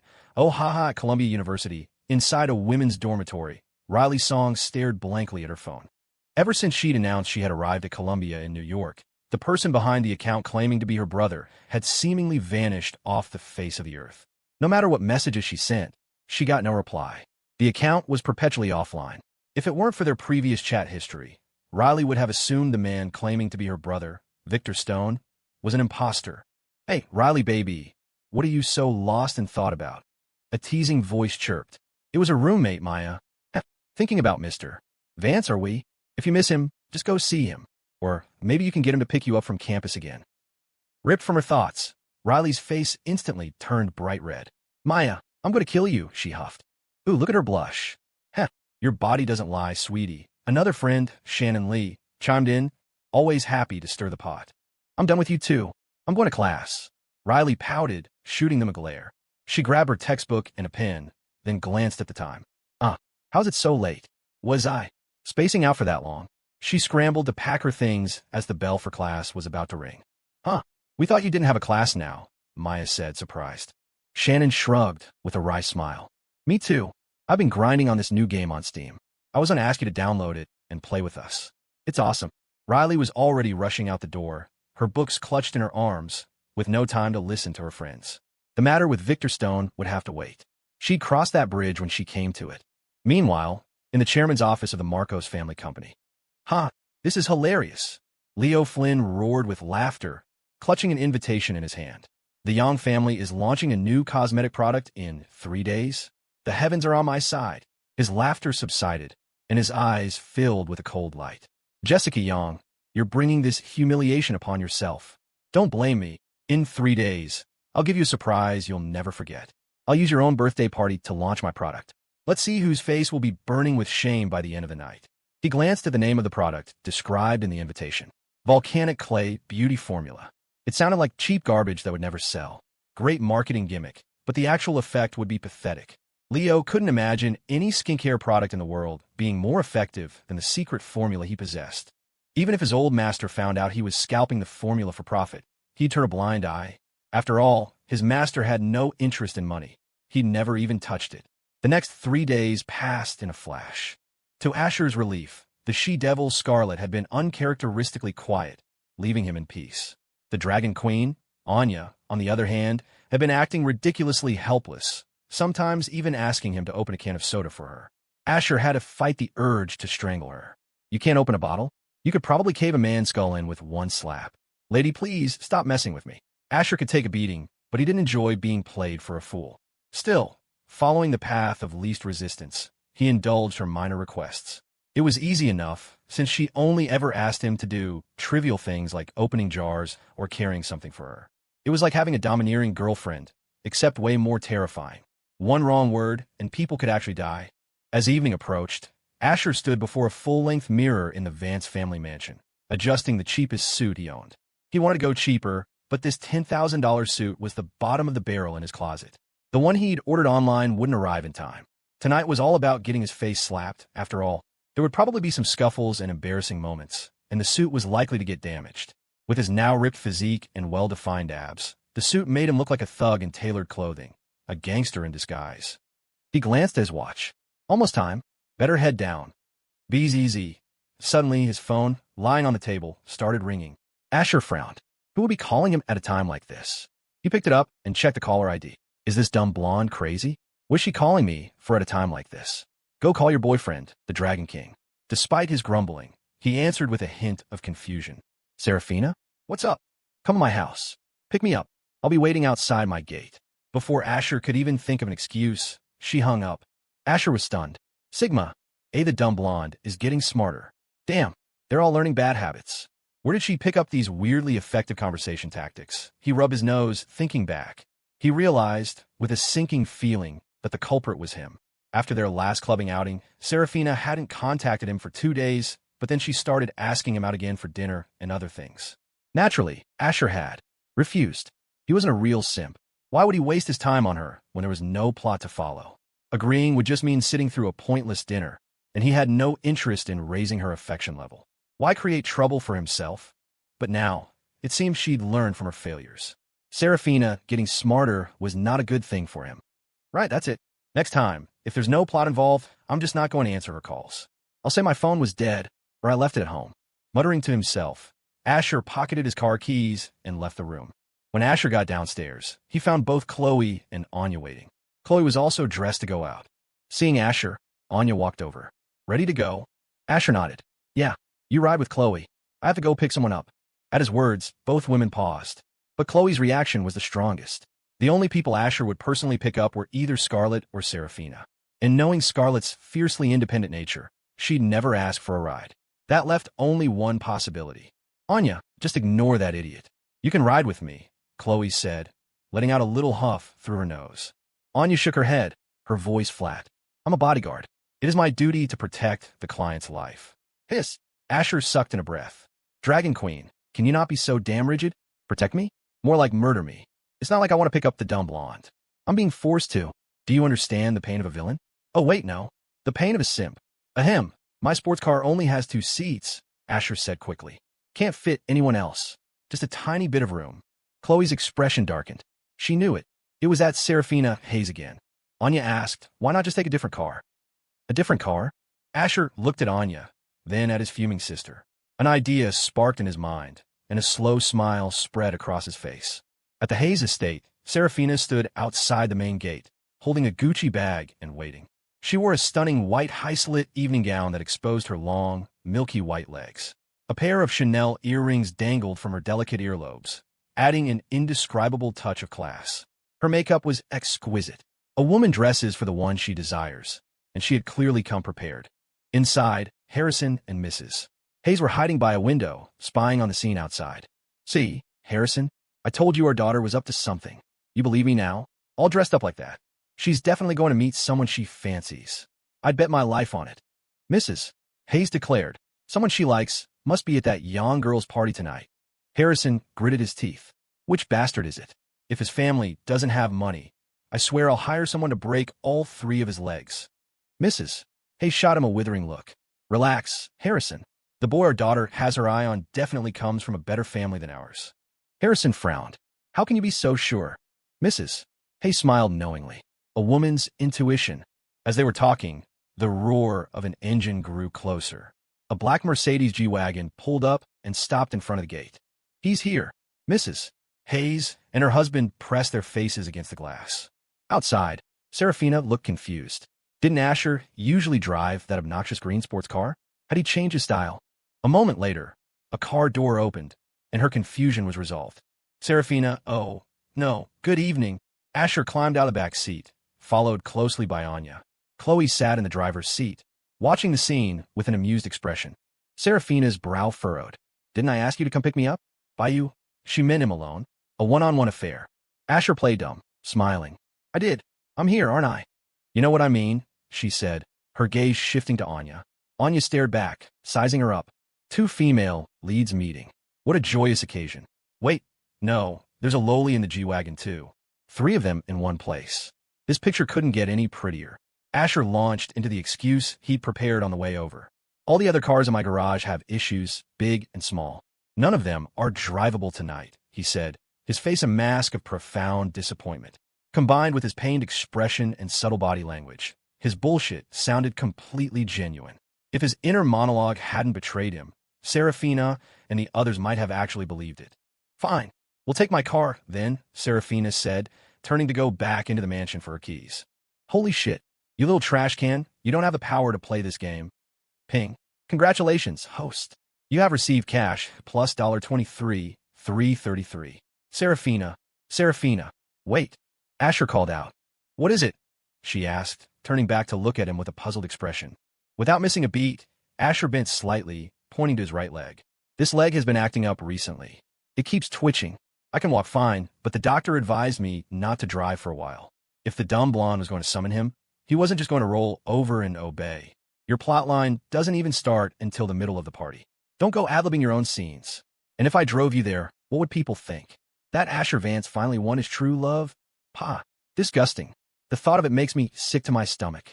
The driver's side window of the G-Wagon rolled down. Asher, Anya, get in. The party's about to start. I don't want to be late because someone's dawdling. I don't want to have to explain that to Jessica. It was Chloe's voice. Her family's business collaboration with the Hayes Corporation was a thing of the past life. In this life, Chloe had no intention of sharing Asher with any other woman. Chloe, nice one. One assist. Asher forced a pained smile and muttered a few more apologies before climbing into the G-Wagon with Anya. He was certain Saraphina would be too concerned with her pride to dare get in with them. As it turned out, Asher had overestimated her. Inside the G-Wagon, a bizarre scene unfolded. Asher was seated in the middle of the back seat, with Saraphina on his right and Anya on his left. Neither woman had been willing to take the front passenger seat. Asher had tried to back out, but the Dragon Queen had yanked him back inside. To save time, Chloe, though annoyed, didn't have the energy to argue. She slammed her foot on the gas and peeled away. They left a stunned Mr. and Mrs. Hayes standing at the window. The expressions on their faces were priceless. Well, our daughter isn't as innocent as she looks. When did she get so close with the Vance siblings? Harrison, did you see what I saw? I saw trillions of dollars waving at us. Oh, get out of here, you old fool. The parking lot of the Bulgari Hotel was a sea of luxury cars. A massive LED screen above the entrance scrolled a message. On this special day, I am so happy that time has not changed the friendship between us. Jessica Young. A warm welcome to all guests and socialites attending tonight's birthday celebration at the Bulgari Hotel. A long red carpet stretched out from the entrance. Every detail was of the highest standard. Money was clearly no object. Asher and the three women got out of the car. Just standing at the entrance, he could already see dozens of familiar faces, the movers and shakers of the city's upper echelon. Among them were countless beautiful socialites and wealthy wives, all drawn by the rumor that the Yang family was launching a revolutionary new skincare product. They had come to see if the results were as miraculous as the whispers claimed. Money wasn't the issue. What was a man's money for, if not for his woman to spend? After showing their invitations to the security guards, they were allowed inside. The main hall was already buzzing with activity. Asher felt an immense pressure building. With three of the novel's heroines by his side, their combined beauty immediately made them the center of attention. One would have been enough. Three at once was just overkill. A chill went down his spine. And it wasn't just them. He knew other female leads would be here tonight. Zara Thorne and Cassie Lee, for starters. The former had a legitimate invitation. The latter would likely use Zhao to sneak in. In short, it was going to be a chaotic stew. This is my no way home. Asher sighed under his breath. Asher, my man, a familiar, slick voice called out. Asher looked up to see a young man and woman hurrying toward them. Toby, hey, and Piper, you two are here early. Standing beside Toby Page was a delicate-looking young woman. While her beauty couldn't quite match that of the main heroines, she was still a rare gem. It was his sister, Piper Page. When the girls saw Asher, a sweet smile lit up her face, revealing two adorable canine teeth. Long time no see, Ash. Asher greeted her with a smile. Then, Piper spotted Chloe and happily rushed over to hug her. Chloe, when did you get back? Just a little while ago, Chloe replied, smiling. The two were good friends. Chloe, you've grown so much. I'm so jealous, Piper said shamelessly, rubbing her head against Chloe's chest. Guys like this, right? When will I grow up to be like Chloe? Then maybe Ash will finally notice me. While the two girls chatted, Toby shot Asher a look that screamed, "You are the man." It had only been a few days, and already there was another stunning beauty by his side. How had he never realized what a legend his friend Asher was before? A true master hiding in plain sight. Bro, I need to talk to you about something. In private. Seeing the mischievous glint in Toby's eyes, Asher already knew what he wanted to talk about. This was the perfect chance to escape. Sure, Saraphina, Anya, you two go ahead and mingle. Before they could respond, Toby shook his head guiltily. No, it's fine. It won't take much of your time, Asher. Nonsense. Asher shot his idiot sidekick a look of disappointment. I have something to talk to you about, too. Toby was confused. Is my bro afraid his two girlfriends will disapprove? Does he have a ball and chain? Before Toby could overthink it, Asher grabbed his arm and pulled him into the crowd. The guests at Jessica Yang's party were all rich, powerful, and influential. Even a family as mighty as the Vances had to make appearances and exchange pleasantries with business partners. It was all part of the game. Already, a few wealthy wives had approached Saraphina to offer toasts. Anya knew Cassie Lee would also be here tonight. Leo Flynn had given them that mission. But even if he hadn't, they would have come anyway. After temporarily escaping the three heroines, Asher let out a sigh of relief. He turned to Toby. Okay, what's up? Toby's expression was complicated. Is he really whipped? Not that it was his business. He swallowed hard and gave a sleazy grin. Asher, bro, the superstar Lena is here tonight. You think there's a chance? You know, to make a high bid for her first time, what man would ever say no to more? Before Asher was officially with Saraphina, Toby would never have dared to suggest such a thing. But now that he'd conquered that mountain, it was time to look for the next peak. After all, before Saraphina came along, Asher had shown a keen interest in Lena, and Toby had remembered that. The entertainment industry was a cesspool. It was full of actresses who had been coerced into sleeping their way to the top. But Lena was a breath of fresh air, a true anomaly. In all her years in the business, there had never been a single negative story about her. She'd never even had a boyfriend. All her kissing scenes were done with a body double and CGI. She was beautiful, and her voice was enchanting. Dude, will you stop thinking with your dick? Asher's mouth twitched. Lena wasn't for a villain like him.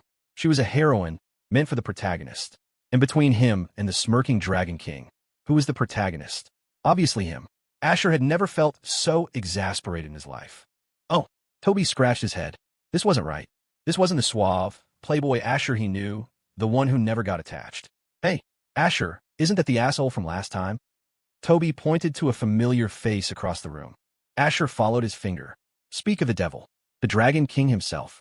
Sensing Asher's gaze, Leo Flynn and Manny Marcos looked their way. WWO.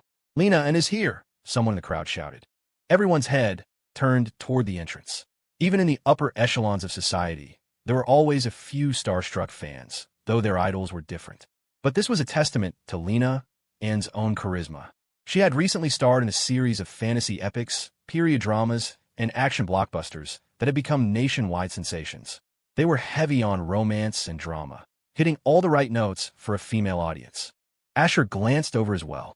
A woman whose beauty was on par with any of the heroines by his side entered the hall. She wore an emerald, backless dress, her long, straight legs gliding forward in black high heels. With her stunning looks and natural star power, she instantly became the focus of the entire room. Lena Ann's gorgeous face immediately caught Leo Flynn's attention. New York really is a wonderful place, Leo murmured, a mysterious smirk playing on his lips as he watched the actress at the center of the storm. Asher had already looked away. It was just Lena, and it wasn't like he hadn't seen her in his past life. Beauty was so cliché. Bro, your fiancé is here. Toby's voice suddenly cut in. Asher froze, instinctively following his friend's gaze back toward the entrance. A woman in a black lace cocktail dress and another in a fiery red one walked into the hall. The one in black, Scarlet, had legs so perfectly sculpted and porcelain white they looked like treasures, completely bare without any stockings. With every step, the dress hinted at the breathtaking scenery beneath, sparking the imagination. Asher winced. The she-devil was breathtakingly, suffocatingly beautiful. Pure A-list. In the evening light, she was so sexy it almost made his head spin. He had to resist the urge to tell her how much he missed her. He then glanced at the future queen of the underworld, Zara Thorne. Fate was a funny thing. When she had been his girlfriend, he never realized she was this drop-dead gorgeous. Maybe it was the ex-girlfriend effect. You take what you have for granted, and only when it's gone do you realize what you've lost. It was like she had completely transformed, especially tonight, looking so dominant and powerful. Let's go, Asher said, feeling the need for a drink. Toby stood frozen in place, not responding. Asher walked a few steps, then turned back, thinking Toby hadn't heard him. See a pretty girl, and you can't move? No, that's not it, Toby said, his face paler than a ghost's. Then what is it? Bro, your fiancé is walking this way. So, look at this wimp. It's just the she-devil. It's not like we haven't met before. A split second later, Asher realized the gravity of the situation. Death. He jumped. The master was right next to him. Ahem. I've been right here the whole time. How could I be avoiding you? Asher said, turning around. Scarlet had appeared out of nowhere. Damn, did you put a tracker on me? And it wasn't just Scarlet. Zara Thorne was with her. The two of them didn't need to guess what Asher was thinking. His panicked inner monologue had already given him away. I brought the candy I promised to buy you, the she-devil said, ignoring the setting completely. She dangled her black Chanel bag in front of his face. Who knew what she had stashed in there? A few packs of. Ahem. Who knew what? Bro, you like candy? Toby asked, scratching his head. He'd known Asher for so long and had never seen him eat any. Not your bro. I'm your second brother. Fuck. Is this really the time to be talking about this? She-devil, are you insane? It's Jessica's birthday tonight. I'm waiting to get my face slapped. I'm warning you, don't mess around. Ping. Congratulations, host. You have received stamina +1. Asher was panicking. He didn't have time for the damn system and its absurdly useless rewards. I quit. I'm not playing anymore. I have some sometimes when I'm thinking, Asher said, brushing it off. Zara Thorne blinked. Her curiosity piqued. Who was this second brother Asher was talking about? Scarlet gave him a look that said, I've got you right where I want you. Goosebumps erupted on Asher's skin. He grabbed Toby, ready to make a run for it. Toby Page, if you dare take him away, you're dead. Zara's voice, cool and casual, drifted over. It sounded like she was commenting on the weather. A cold sweat broke out on Toby's back. In the spirit of sacrificing a friend to save himself, he decisively abandoned Asher. He knew Zara wouldn't do anything to Asher, but his family? That was another story. Bro, I just remembered I have laundry I forgot to take in. Hey, what damn laundry? With me here, what are you afraid of? At that, Toby's legs seemed to sprout wings, and he bolted even faster. What am I afraid of? Easy for you to say. One is your fiancé, the other is your ex-girlfriend. Putting Scarlet aside for a moment, Zara Thorne's family alone could crush me. I don't want to go home and have my father break my legs. In a matter of seconds, Toby was gone. Asher's mouth twitched. His number one wingman had fled. Useless. Look how scared he is. Drink, Zara asked. A charming smile curved Scarlet's lips as she looked at Asher. A drink. What will be, will be. He couldn't escape it. I'm a villain. Why would I be afraid of you two? Let's drink. Meanwhile, on the other side of the hall, this is it. Blue Cosmetics finally came out with something decent. The effects are amazing. Look at my skin. I've only used it for 2 days, and I'm already so much fairer. No way. Look closely at Mrs. Lee's face. Her skin really does look more hydrated. Let me see. A moment later, a gasp of disbelief rippled through the group. Wow, it's true. The socialites gathered in a corner of the hall were staring, their eyes wide. The effect was that good. A woman's appearance was everything. They all wanted to stay young and beautiful forever. That way, their husbands wouldn't run off with some shameless homewrecker. Mrs. Lee, don't keep it to yourself. Tell us where you bought that skincare product. If Blue Cosmetics had something this good, we would have heard about it by now, one of her friends demanded. Mrs. Lee smiled smugly. Of course you haven't heard of it. It hasn't been officially released yet. I'm one of the lucky few who got early access. The other ladies and socialites looked on with envy. Similar scenes were playing out in every corner of the hall. This was all part of Leo Flynn's plan.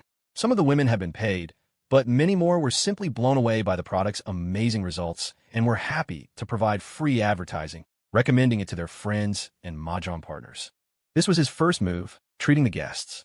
Haha, Dragon King. That first move was brilliant, Manny Marcos said, his face full of genuine admiration as he listened to the buzzing from a nearby table about Blue Cosmetics' new product. The Dragon King has outsmarted everyone. With a simple trick, he's using Jessica Yang's own party and money to promote our product. We're getting incredible word-of-mouth advertising without spending a dime. This move is ruthless. A mysterious smirk appeared on Leo Flynn's face. To Manny, it looked incredibly cool. Manny, the main event is still to come. When will you learn to be as calm as I am? Manny lowered his head and smiled. You are right to lecture me, Dragon King. Leo's smile widened. Then, his gaze inadvertently fell on a certain spot in the room, and his composure shattered. Over there, at one table, sat a collection of the most beautiful women he had ever seen. Each one was breathtaking, and in the middle of them all, there was only one man. That man was Asher Vance. Manny Marcos frowned and followed Leo's gaze. Holy hell, it was like he'd stumbled upon a nest of goddesses. Women this beautiful were a rare sight, and here they were, all gathered in one place. The mature beauty, the cute lowly, the Ice Queen CEO. Manny even saw the woman Leo wanted to pursue, Saraphina Hayes, sitting among them. A cold glint flashed in Manny's eyes. That damn playboy. How dare he try to steal the Dragon King's woman? He must have a death wish. Dragon King, should I go teach that spoiled brat a lesson? Manny offered, ready to take action. Leo's eyes were icy. He thought for a moment. No need. Nemesis and Seraph are both here. Let the brat enjoy himself for now. After tonight, our skincare business will explode. Once we have enough capital, we'll coordinate with them for an inside-out attack. Asher Vance will die. Manny nodded, not daring to disrupt Leo's plan. The two of them just sat there, glaring at Asher with intense animosity. Meanwhile, Asher, unknowingly at the center of the storm, didn't dare to move a muscle. What the hell had he done to deserve this? All these female protagonists had gathered around him like they were crazy. At first, it was just him, the she-devil, and the underworld queen at this table. Then Chloe saw them and came over. Anya, being his bodyguard, was understandable. Cassie Lee was playing both sides, probably here to gather intelligence. That was also understandable. After all, he was technically her boss. Kate Young was Chloe's friend, just here to chat. Asher could accept all of that. He could tolerate it. The only one he didn't understand was the dumb blonde. What the hell was she doing here? She was supposed to be avoiding him. Asher's inner monologue was running wild, but he wasn't the only one. You could say every woman at the table was having an internal crisis of her own. They were all exchanging loaded glances. And, thanks to Asher, the emotionless inner monologue broadcasting machine, they all had a basic understanding of each other. I created a WhatsApp group chat before. It's mainly for discussing interesting topics. Right now, there are only 4 of us, including me. Anyone interested can join, Scarlet said, her slender fingers tapping on her phone. She pulled up a QR code and placed it on the table. Kate and Chloe, who were already in the group, exchanged knowing looks. The other women who hadn't joined looked at each other. With the exception of Anya, the Dragon Queen who disliked carrying a phone, Saraphina, and the others all joined. This move completely baffled Asher. He wanted to join too, to see what was going on, but Scarlet, the group admin, had shut him out. Holy shit, if someone else had been the admin, I wouldn't be so shocked. But they're all heroines. The heroines have formed a group to plot how to take down the villain. Makes sense, right? Totally makes sense. But who has ever seen a female villain leading the heroines? This is a coup. Is the she-devil going to turn all the heroines to her side? Asher swallowed hard. This was getting out of hand. He glanced at the she-devil in front of him. Sensing his gaze, Scarlet smiled at him. What is it? Asher rubbed his nose. Nothing. Oh, for fuck's sake, did I just accidentally unlock the hell difficulty mode for this game? The day the demoness becomes the demon slayer, the female villain becomes the heroine. Stop. I'm all alone in this fight, battling the plot single-handedly. Hiss. Chloe, why did you just step on my foot? Asher hissed at his sister, who was sitting next to him. Don't be fooled by her cute black Lolita boots. They packed a serious punch. She must have put all her weight into it. Oh, sorry. My foot slipped, Chloe said with a token apology. The other women silently gave Chloe a thumbs up. Damn, not a shred of sincerity in that apology. When will your foot slip in the right place? Asher felt a pressing need to change seats. He couldn't change tables, but he couldn't stay next to this little demoness either. He couldn't beat the big one, and he couldn't hit the little one. This was infuriating. Just then, the lights in the hall suddenly went dark. A single white spotlight fell on the entrance. A woman as beautiful as a goddess walked in. She was the star of tonight's party, Jessica Yang. Under the spotlight, Jessica wore a sophisticated, off-the-shoulder gown in a deep emerald green. Her bare, snow-white shoulders made her look noble and elegant, with an undercurrent of indescribable sexiness. She was already a natural beauty, but after using the volcanic clay formula and with her meticulous makeup and styling, she was more stunning than ever. As Jessica walked into the hall in her high heels, the entire crowd was captivated. It was as if they had forgotten how to breathe. It took them a moment to recover. Damn, Jessica Yang is gorgeous. My God, her skin is so smooth and radiant. I'm so jealous. Underscore winky face. Man, whoever is lucky enough to marry Jessica Yang in the future is going to be the luckiest bastard alive. Crude. This is high society. Watch your damn mouth. A few second-generation rich kids, who had only gotten in thanks to their sisters, could only resort to vulgarity to express their overwhelming excitement. The gap between their families and the Yangs was so vast they didn't even dare to fantasize about her. Jessica Yang was a woman they could never have.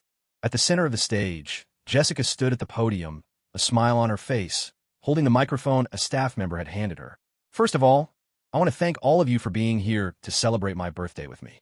As she spoke, her eyes scanned the crowd, searching for that one figure who occupied her thoughts. Perhaps it was a psychic connection, but she found him in no time.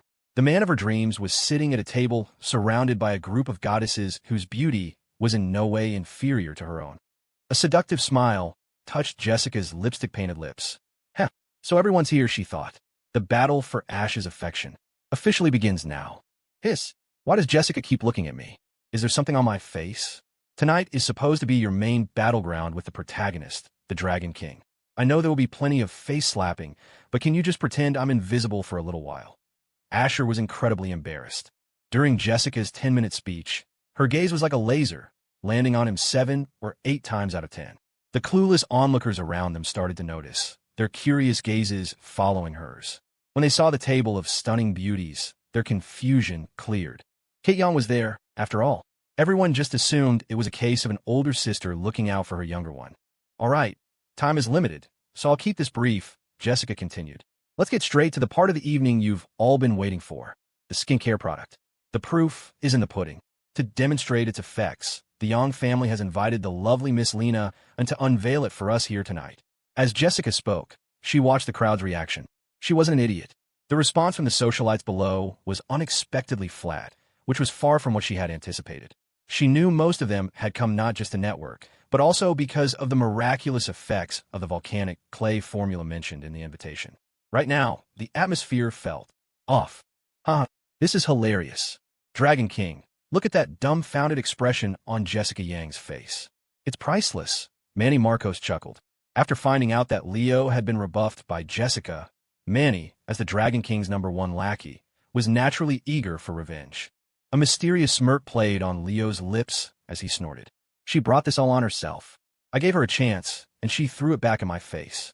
As he spoke, Leo's eyes, filled with greed, roamed over Jessica's beautiful face. With everyone's attention on the stage, no one noticed them. A woman in a professional-looking suit hurried over to Jessica's side and whispered something in her ear. Jessica's brow furrowed. The woman left, and Jessica, holding the microphone, scanned the crowd again. A moment later, she spotted Leo and Manny. "Mr. Flynn," she said, her voice ringing out through the hall. "I've just discovered that when a person has no shame, they are truly invincible." The lights in the hall had already come back on. The crowd was bewildered. What has happened? They followed Jessica's gaze and saw two handsome young men. Many of them wondered what the two had done to provoke her. Leo simply shrugged and stood up from his chair. "Miss Young, I haven't done anything. You can't just slander me like that. All I did was give out a few samples of a useful skincare product. How does that make me shameless in your eyes? Is giving gifts now a crime in the United States?" Every word was a poisoned dart. The crowd paused, then it dawned on them. This Leo Flynn was truly shameless. He had twisted his act of poaching her business into giving gifts, and then connected it to breaking the law. His rhetorical skills were top-notch. Jessica's eyes looked like they were about to shoot flames. It felt like all her hard work was about to be snatched away right at the finish line. If it were a fair business competition, Jessica wouldn't back down for a second. But what Leo was doing was just disgusting. The most shocked person in the entire room was Asher. "Oh shit, this is a big deal. A huge deal. Aren't the protagonist and heroine supposed to be partners? Weren't they supposed to launch their new skincare products together tonight, profit together, and form a united front to defeat the villain? It's over, it's all over. Holy shit, the protagonist and heroine are fighting. What the hell is this? This damn cute plot from hell. Is this really hell difficulty mode? Ping. Congratulations, host. You have received cash, plus $10,000. Asher was dumbfounded. He watched the two continue to tear into each other, his mind a complete mess. This was supposed to be a face-slapping plotline. Why is the protagonist's face the one getting slapped? This is insane. Kate and the other women's dislike for Leo reached a new peak. Kate had already left her seat and gone to stand by her sister's side. Leo, however, looked completely unfazed, like a dead pig that didn't fear boiling water. Jessica was in the right, sure, but so what? She was in the right, but her product was garbage. Its effects couldn't compare to his. On the surface, Jessica and the Young family might win tonight. But behind the scenes, once everyone left, the socialites and wives who had used his special aloe vera formula would still go to him to buy his product. The word-of-mouth recommendations among friends and relatives were the real prize. Glare all you want. If you've got the goods, bring them out and sell them. Leo was inwardly delighted. He loved watching beautiful women get angry. If he could provoke them, it meant there was still a chance to change their minds. The days ahead were long. There was no need to rush. "You want to compare the effectiveness of our products?" Jessica asked coolly. "You said it, not me," Leo smiled. "Woman, you've walked right into my trap. But what happens if your family's product doesn't measure up and you end up embarrassing yourselves? You should worry about yourself first." Jessica shot back. She raised a delicate, pale hand and beckoned to a female staff member. A flicker of annoyance crossed Leo's eyes.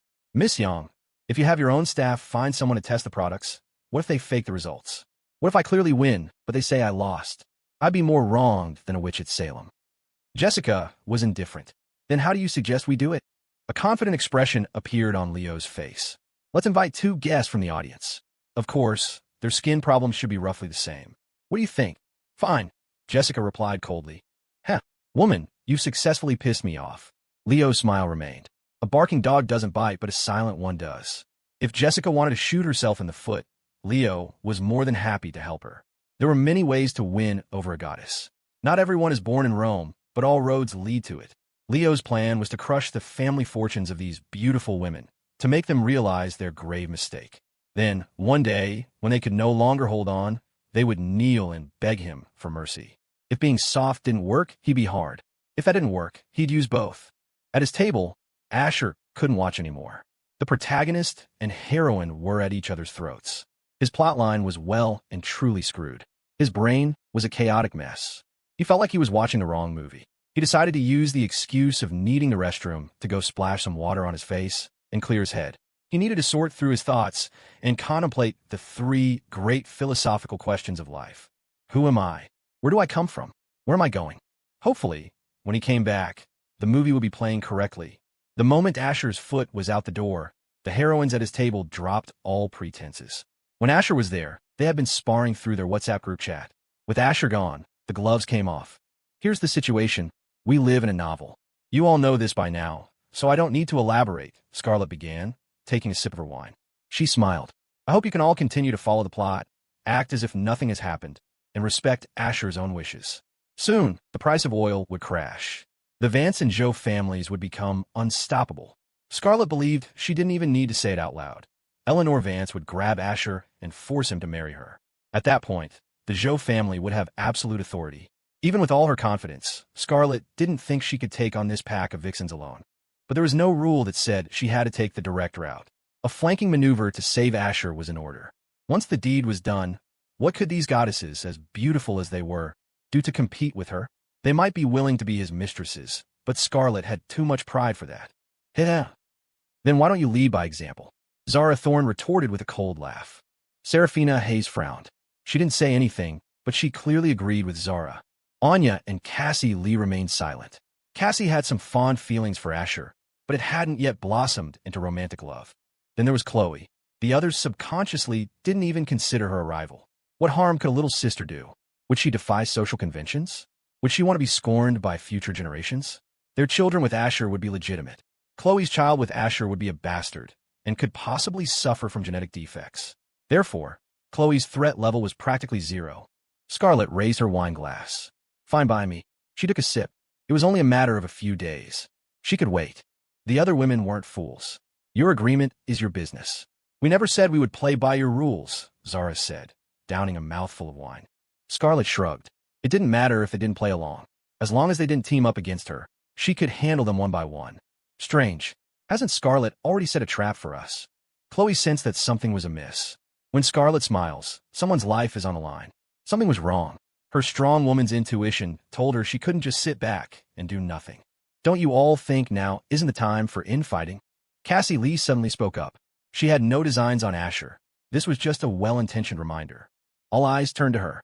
What do you mean? Zara asked. Cassie smiled and pointed to a radiant figure on the stage. That A-list starlet, Lena, is also one of the heroines. You should all team up and keep her away from Asher. Otherwise, she'll hear his inner voice too. The women's eyes widened in realization. Zara crossed her legs. Good point. Chloe glanced at Lena and clucked her tongue.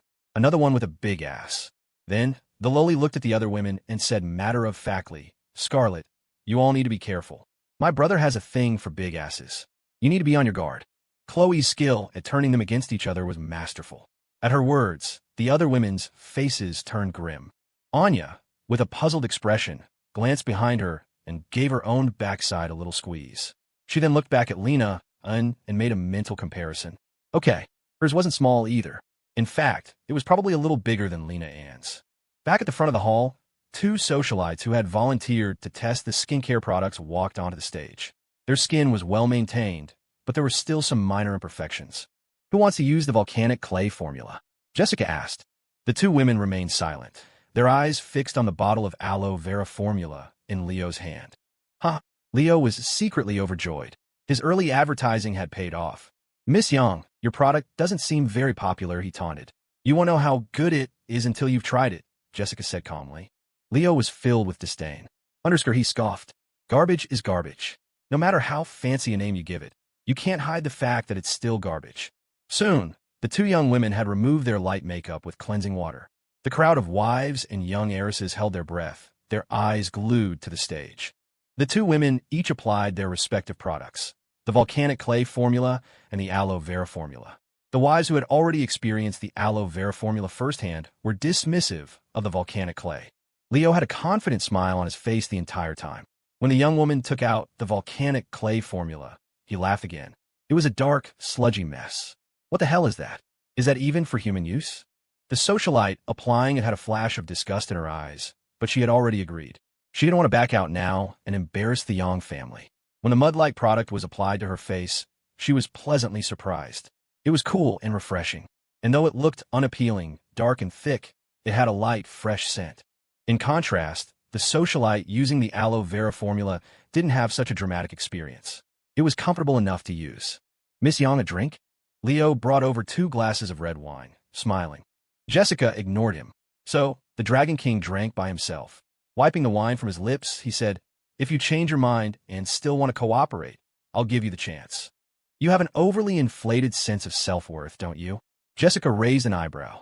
Leo smiled. Thank you for the compliment. I may not have much, but I have plenty of confidence. If a man doesn't even have confidence, he's nothing. That's not confidence, Jessica corrected him coolly. It's an annoying, blind arrogance. 15 minutes passed quickly. The change in the face of a socialite who used the aloe vera formula was obvious. After all, the volcanic clay formula was a black mess. After using it, you couldn't really see any change until you washed it off. The vast majority of the guests in the audience believed Leo's product had won. The difference was clear. Even without an official announcement, many had already made up their minds. After the party, they would find Leo and order a batch of his product to give to friends, family, wives, and even other people's wives. It wasn't just the women. The second-generation rich guys were also excited. This was a babe magnet. A mysterious smirk formed on Leo's lips. Humiliating Jessica Yang like this was incredibly satisfying. The socialite who had used the volcanic clay formula had now washed it off with clean water. The chatter in the audience gradually died down. A moment later, someone started to clap. Soon, the entire hall erupted in thunderous applause. Leo was taken aback. There's applause? He didn't look at the socialite's face. Instead, he opened his arms wide, basking in what he thought was a beautiful symphony dedicated to him. The applause seemed to grow even louder. The average yet overconfident Leo was ecstatic. All my competitors are idiots. My product success is all thanks to their incompetence. Dragon King, Dragon King. Manny's voice buzzed in his ear. Leo opened his eyes and shot him an annoyed glance. What is it? Manny was so embarrassed he wanted the ground to swallow him whole. I don't think. That applause is for us. Leo frowned, disbelieving. What did you say? Manny pointed Leo toward the socialite who had used the volcanic clay formula. Her face was now visibly fairer, with a healthy, rosy glow. Her skin was as smooth and delicate as fine porcelain. Leo was stunned. Are you sure they didn't switch the person? The contrast with the woman who had used the aloe vera formula was stark. In an instant, the winner was clear. Without Jessica needing to say a word, the verdict was in. Jessica, when is your family's volcanic clay formula going to be released? One of her acquaintances asked impatiently. Is there a pre-sale? I want to order a few cases. I can give away what I don't use. This is unbelievable. If I hadn't seen it with my own eyes, I would have thought they'd switched people. The discussion in the hall grew louder, quickly drowning out any mention of the aloe vera formula. Even the wives and socialites who had been given free samples of the aloe vera product were now intensely curious about the volcanic clay. The aloe vera in their hands suddenly seemed worthless. They weren't loyal fans of any particular brand. They used whatever worked best. It was only natural. Leo's face turned black. When had the Yang family gotten their hands on the volcanic clay formula? He had never heard of such a recipe.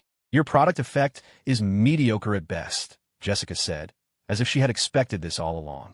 Her voice was tinged with a lazy confidence. Too weak. Not a single worthy opponent. Manny's face was ashen. He was deeply embarrassed now. They had come to crash the party, but instead of crashing it, they had become the laughingstock. Disgusting. This is so damn disgusting. But since Leo hadn't made a move, Manny didn't dare act on his own. Miss Yang, it's not that my product is flawed, Leo said, refusing to concede. So what if he was being a sore loser? His dignity as the Dragon King would not be trampled on by anyone, especially not a woman. A Dragon King had to have backbone. Disgusting. Sis, don't listen to him. I'll have security throw him out, Kate said, annoyed. The two goddess-like sisters standing together were an invincible sight, exuding a unique charm. Leo laughed. Officer Yang, it seems you don't have much confidence in your family's product. You, Kate's eyebrow twitched. Jessica reached out and stopped her. A cheap taunt. She turned to Leo. You can compete however you want. I'll make sure you lose so badly you'll have no excuses. Leo offered a plausible-sounding explanation. Although I'm not a skincare specialist, I know this much. The same person can have different results with different products. It doesn't mean the less effective product is of lower quality. It just means that person's skin is more suited to a particular product. Leo's argument was surprisingly reasonable and quickly quieted the crowd. The voices of those who had been criticizing him began to fade. Manny looked at him with admiration. He knew the Dragon King wouldn't give up so easily. It must have been a fluke. Jessica had just gotten lucky and found a test subject whose skin happened to be perfect for the volcanic clay. A vein throbbed on Kate's forehead. If Jessica hadn't stopped her, she would have had this shameless, lying bastard thrown out long ago. Just tell me how you want to compete, Jessica said flatly. This time, we'll use the same test subject. Half of her face will be treated with the aloe vera formula, and the other half with the volcanic clay formula. If I lose again, I, Leo Flynn, will personally apologize to you, Leo declared, throwing down the gauntlet. Jessica nodded. She beckoned to a female staff member and whispered something in her ear. The staff member then hurried away. The crowd was puzzled, unsure of what Jessica was planning. A few moments later, the staff member returned with 11 members of the cleaning staff. The custodians, unlike the silver spoon-fed wives and young ladies, were not so privileged. Their low wages and busy lives left them with little time or money for skincare. They were all between 30 and 50 years old, with rough skin of various types. Mr. Flynn, 5 of these ladies will use your aloe vera formula. The other 5 will use our volcanic clay formula. And the last one will do as you suggested. How does that sound? Jessica proposed. She had promised each of the custodians $500 in cash for their participation. A chance to get free skincare products and get paid for it. It was a godsend. They knew the Young family's products were high-end, with even the smallest bottle costing hundreds or thousands. They wouldn't miss this opportunity. Leo nodded in agreement. I have no problem with that. He added, this is much fairer. Jessica ignored him and instructed her staff to show the custodians how to use the products. Soon, the groups were formed. 5 on the left for the volcanic clay, 5 on the right for the aloe vera. The woman in the middle, whose skin was in slightly worse condition, would use both products. The atmosphere in the hall reached a new peak. Everyone's attention was glued to the stage, including the table of heroines. Well, not including Scarlet. She casually reached into her bag, pulled out a pack of tissues, and slipped it into her pocket. The movement was completely natural. Then, she took another sip of wine and rose from her seat without a sound. Every move was so fluid, she really did look like she was just going to the restroom. But no matter how quiet she was, her movements were noticed by the Dragon Queen, the little demoness, and Cassie Lee. Anya blinked and exchanged a look with Cassie. Cassie just smiled and turned her attention back to the stage. By the time Chloe realized what was happening, she only saw Scarlet's retreating figure.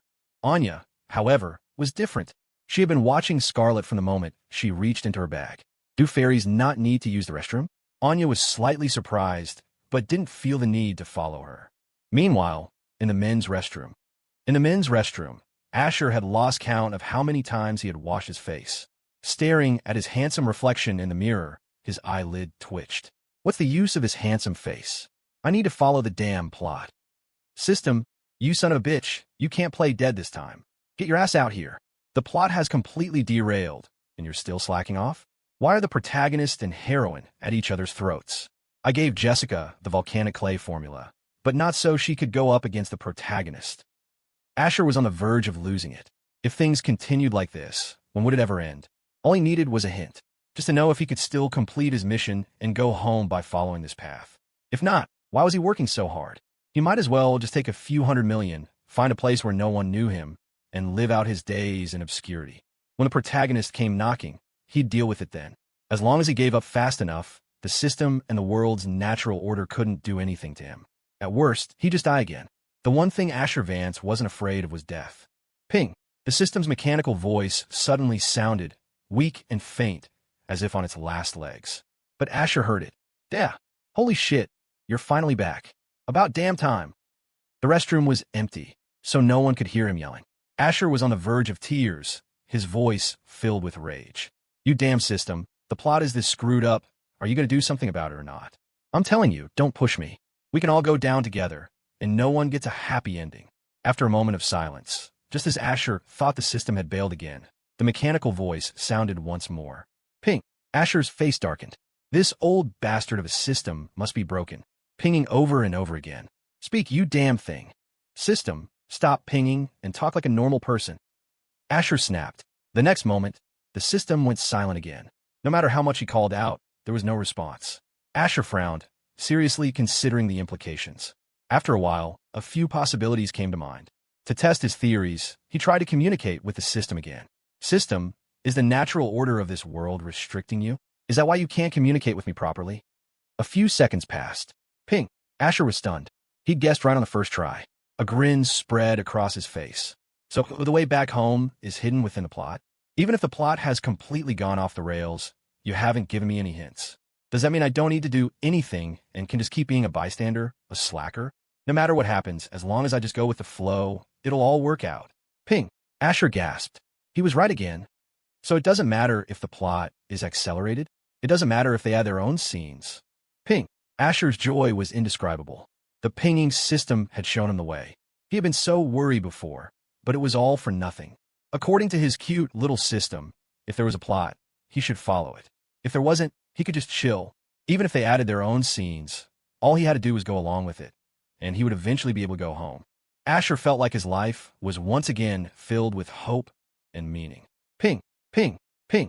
The system's mechanical voice sounded 3 more times, then fell completely silent. Asher was slightly surprised, but didn't think much of it. The system was probably engaged in a brutal battle with the world's natural order, risking annihilation just to give him this information. It must have been severely weakened and gone dormant. Man, I finally don't have to worry about the plot derailing anymore. It turns out just going with the flow was the right answer all along. A brilliant smile lit up Asher's face. He was about to leave the restroom and return to the party when he heard the distinct click-clack of high heels on the tile floor. In the quiet space, the sound was jarring. Asher didn't pay it much mind, but as he was about to exit the restroom, he ran into a familiar face. Scarlet Joe was standing just outside the door, a faint smile on her lips. "The women's room is over there," Asher said, pointing in a good mood. "Asher, do you remember when I said I'd treat you to some candy?" Scarlet's voice was slightly husky, and her cheeks were flushed. Her fair, beautiful swan-like neck was tinged with a charming blush. Her milky white skin contrasted sharply with her black lace dress. As she spoke, a faint, pleasant scent of red wine wafted from her sensual red lips. The she-devil truly lived up to her name. Asher took a step back, his eyes wide with a hint of panic. "You're serious? Holy shit. Scar, are you for real? Am I dreaming?" The system had already shown him which path to take and how to walk it. In other words, he just needed to show up wherever there was a plot. It didn't matter if the plot was the same as in his past life. The system had promised that as long as he followed the plot, he could go home. Even a derailed plot was still a plot. Oh, Scarlet's beautiful eyes glinted. This little wolf isn't being honest. His heart is screaming yes, but his mouth is saying no. This was a first for her, too. She was just as nervous as Asher, if not more so. But she was already here. "What do you think?" Those 3 simple words completely shattered Asher's defenses. She was too damn good at this. For the sake of fair play, the real she-devil shouldn't be allowed to compete. Asher sighed deeply. "What did I ever do to deserve this? This never even happened in my past life." "All right, Asher, here's the candy you wanted," Scarlet said, pulling a colorfully wrapped package of Pop Rocks from her pocket and dangling it in front of him. Incredible. She keeps her promises. The she-devil is the goat. Asher wanted to pretend to refuse again, just to see her reaction. If she forced him, that wouldn't be good. But Scarlet had anticipated his anticipation. She took his hand and led him straight into one of the stalls. Thump thump. Asher's heart was racing. It felt like a dream, too good to be true. Happiness had come too fast, like a tornado. He was caught in the storm with no way out. The big one he couldn't escape, the little one he couldn't fight. "I can't think about this anymore. I won't think about it." Back in the grand ballroom, 15 minutes flew by in a blur of anticipation. The atmosphere was electric. Every eye was fixed on the stage, a silent, collective breath held in waiting. Leo Flynn felt a knot of dread tighten in his stomach. "Mr. Young, time's up," a staff member announced. Jessica Young gave a crisp nod, signaling for the janitorial staff volunteers to wash their faces with clean water. The results for the aloe vera beauty formula were impressive, there was no denying it. But when the other 5 women wiped the volcanic clay formula from their faces, the comparison was staggering. The volcanic clay hadn't just won. It had annihilated the competition. The confident smirk on Leo Flynn's face evaporated, replaced by a mask of disbelief. "Impossible," he muttered, his voice barely a whisper. "That's impossible." The ballroom erupted. The effect of the Young family's new product is insane. "Oh my god, holy crap. I'm glad I saw this in person. If I watched a video, I would have sworn it was some deep fake editing trick." "Ms. Young, when does this go on sale? I want to pre-order 10 cases. Suddenly my imported French skin cream feels like cheap drugstore lotion. What was I even spending my money on? Damn, once this thing launches, Young Corp stock is going to the moon." The final volunteer washed the remaining volcanic clay formula from the other half of her face.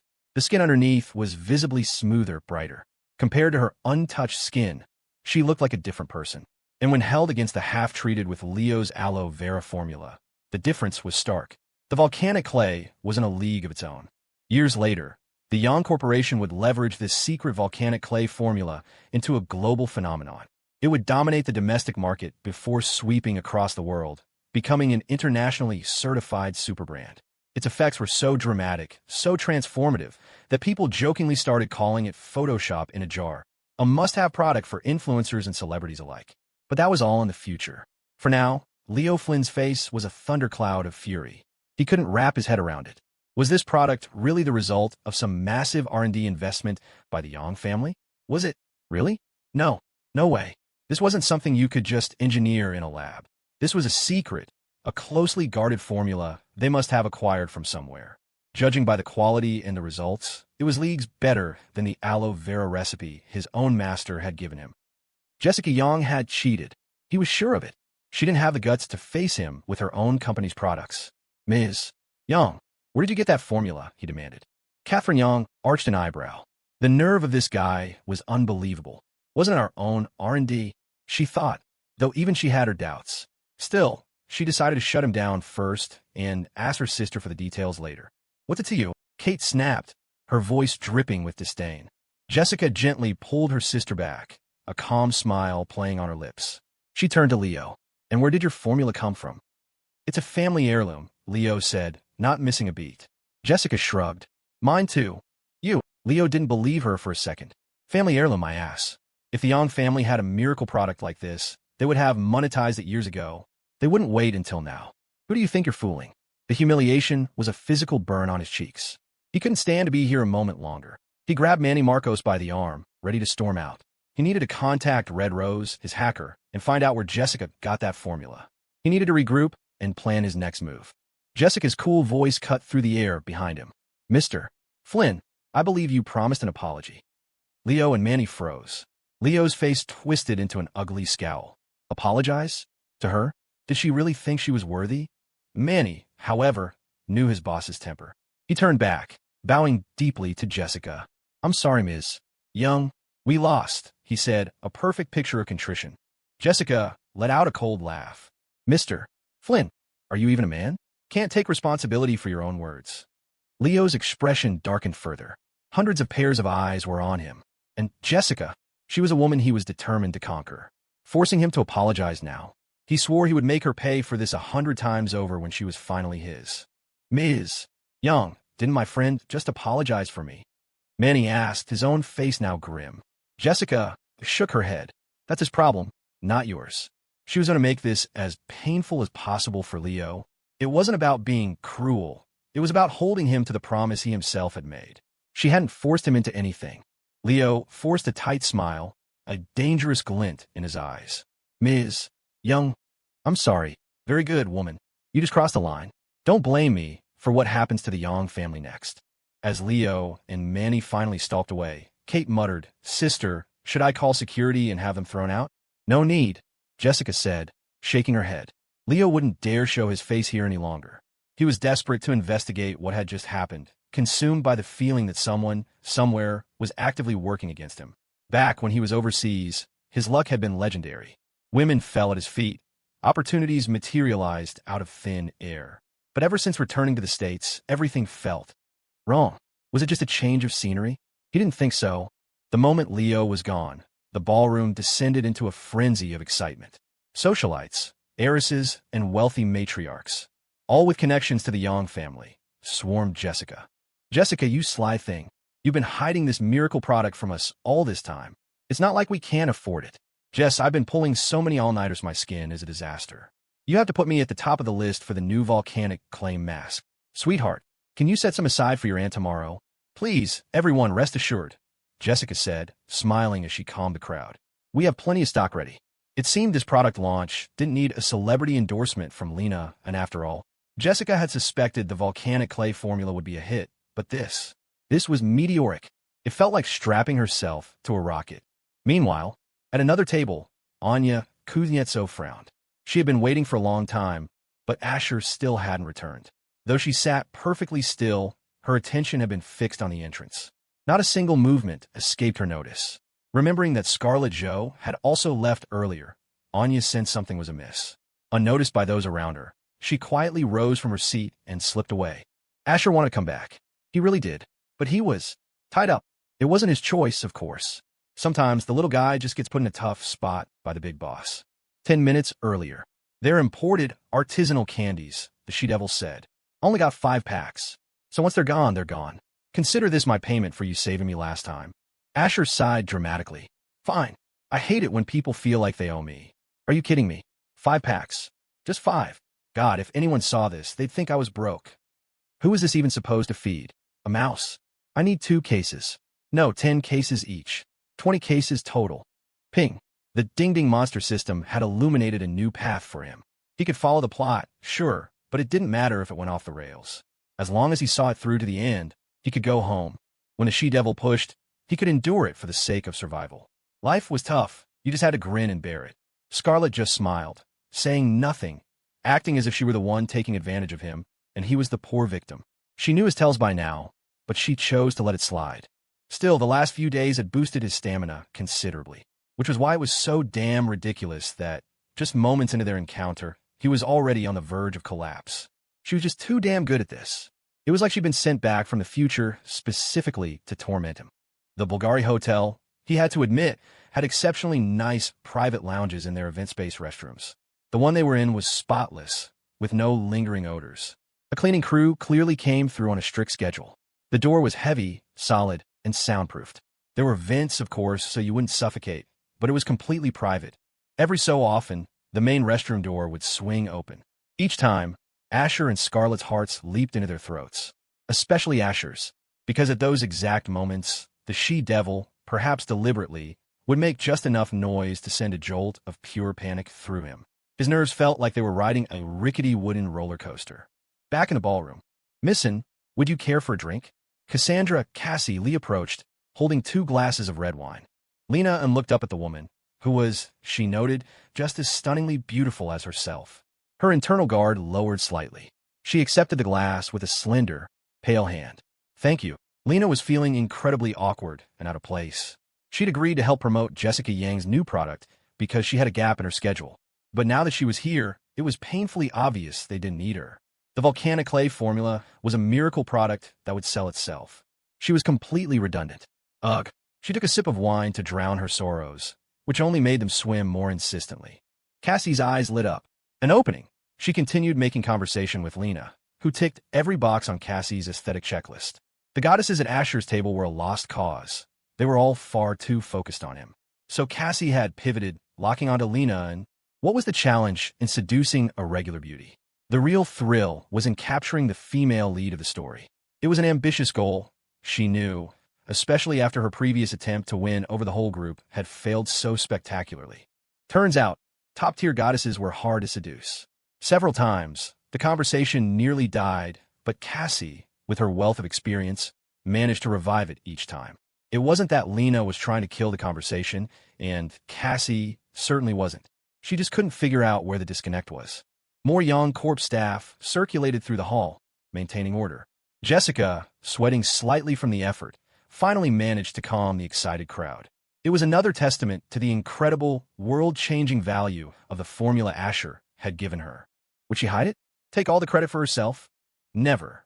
Without Asher's formula, all of Young Corp's resources, the advanced labs, the production lines, the established customer base, would have been useless. They could never have achieved this result on their own. This wasn't about money. This was about staking her claim on Asher Vance. If you could all please be quiet for a moment, Jessica said into the microphone, her voice ringing through the hall. I'm sure you're all incredibly curious about where our new volcanic clay formula came from, and I have no intention of hiding it from you. She had just dropped a bomb, and the crowd's excitement ratcheted up to a whole new level. Flynn's pathetic competition was already forgotten. Nobody here cared about the price of the product. They had money. What they cared about was the results. The results, and the damn results. They'd buy whatever worked best. And satisfying their curiosity was a primal human urge. To say they weren't dying to know where the formula came from would be a lie. Every eye in the ballroom was locked on Jessica, their collective appetite whetted. waiting for her to speak. The stage lights bathed Jessica Yang's exquisite face in a soft glow, highlighting the faint blush on her cheeks. She was radiant. Holding the microphone, she looked excitedly toward Chloe's table. It was time to make her declaration. But when her eyes found the table, Asher was gone. Jessica's brow furrowed. She scanned the rest of the room, but there was no sign of him. Why is Jessica looking at us? Chloe and the others wondered, equally confused. They glanced at Kate, who stood behind her sister on stage. A wild thought sparked in Chloe's mind. Did my idiot brother come up with the volcanic clay formula? She immediately dismissed it. The idea was absurd. The Vance family was in finance. Where would they get a secret skincare recipe? A formula this effective would cost a fortune to acquire. And given Asher's lazy disposition, he'd rather lie down than sit. And his philosophy was to take each day as it comes. The thought of him going through the trouble of getting this for Jessica was completely out of character. And yet, a sense of unease began to creep in. Zara Thorne blinked, also sensing that something was off. On stage, Jessica was taking too long to continue. The guests, their curiosity piqued, were getting restless. Ms. Young, are you going to tell us where the formula came from or not? It's probably a trade secret. Would you share it if you were her? Fine, don't tell us. I just want to know when my pre-order is going to ship. Jessica pulled her gaze back from the crowd. She couldn't find Asher, so he must have stepped out. It didn't matter. It wouldn't stop her from declaring war. She smiled, calming the crowd, and then, without another moment's hesitation, she dropped the bombshell. The person who gave me this volcanic clay formula as a gift is someone I'm sure many of you are familiar with. His name is Asher Vance. Silence. A brief, stunned silence, and then the entire ballroom erupted into chaos. She had said he gave it to her as a gift, not as a business partnership. Nobody in this room was a fool.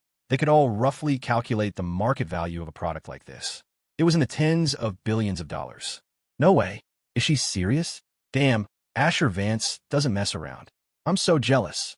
In ancient times, kings would light signal fires just to make a beautiful woman smile.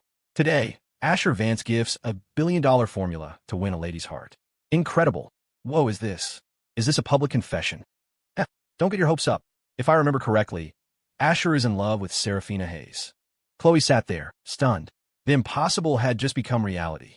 In her past life, she never heard anything about Asher having some secret skincare formula.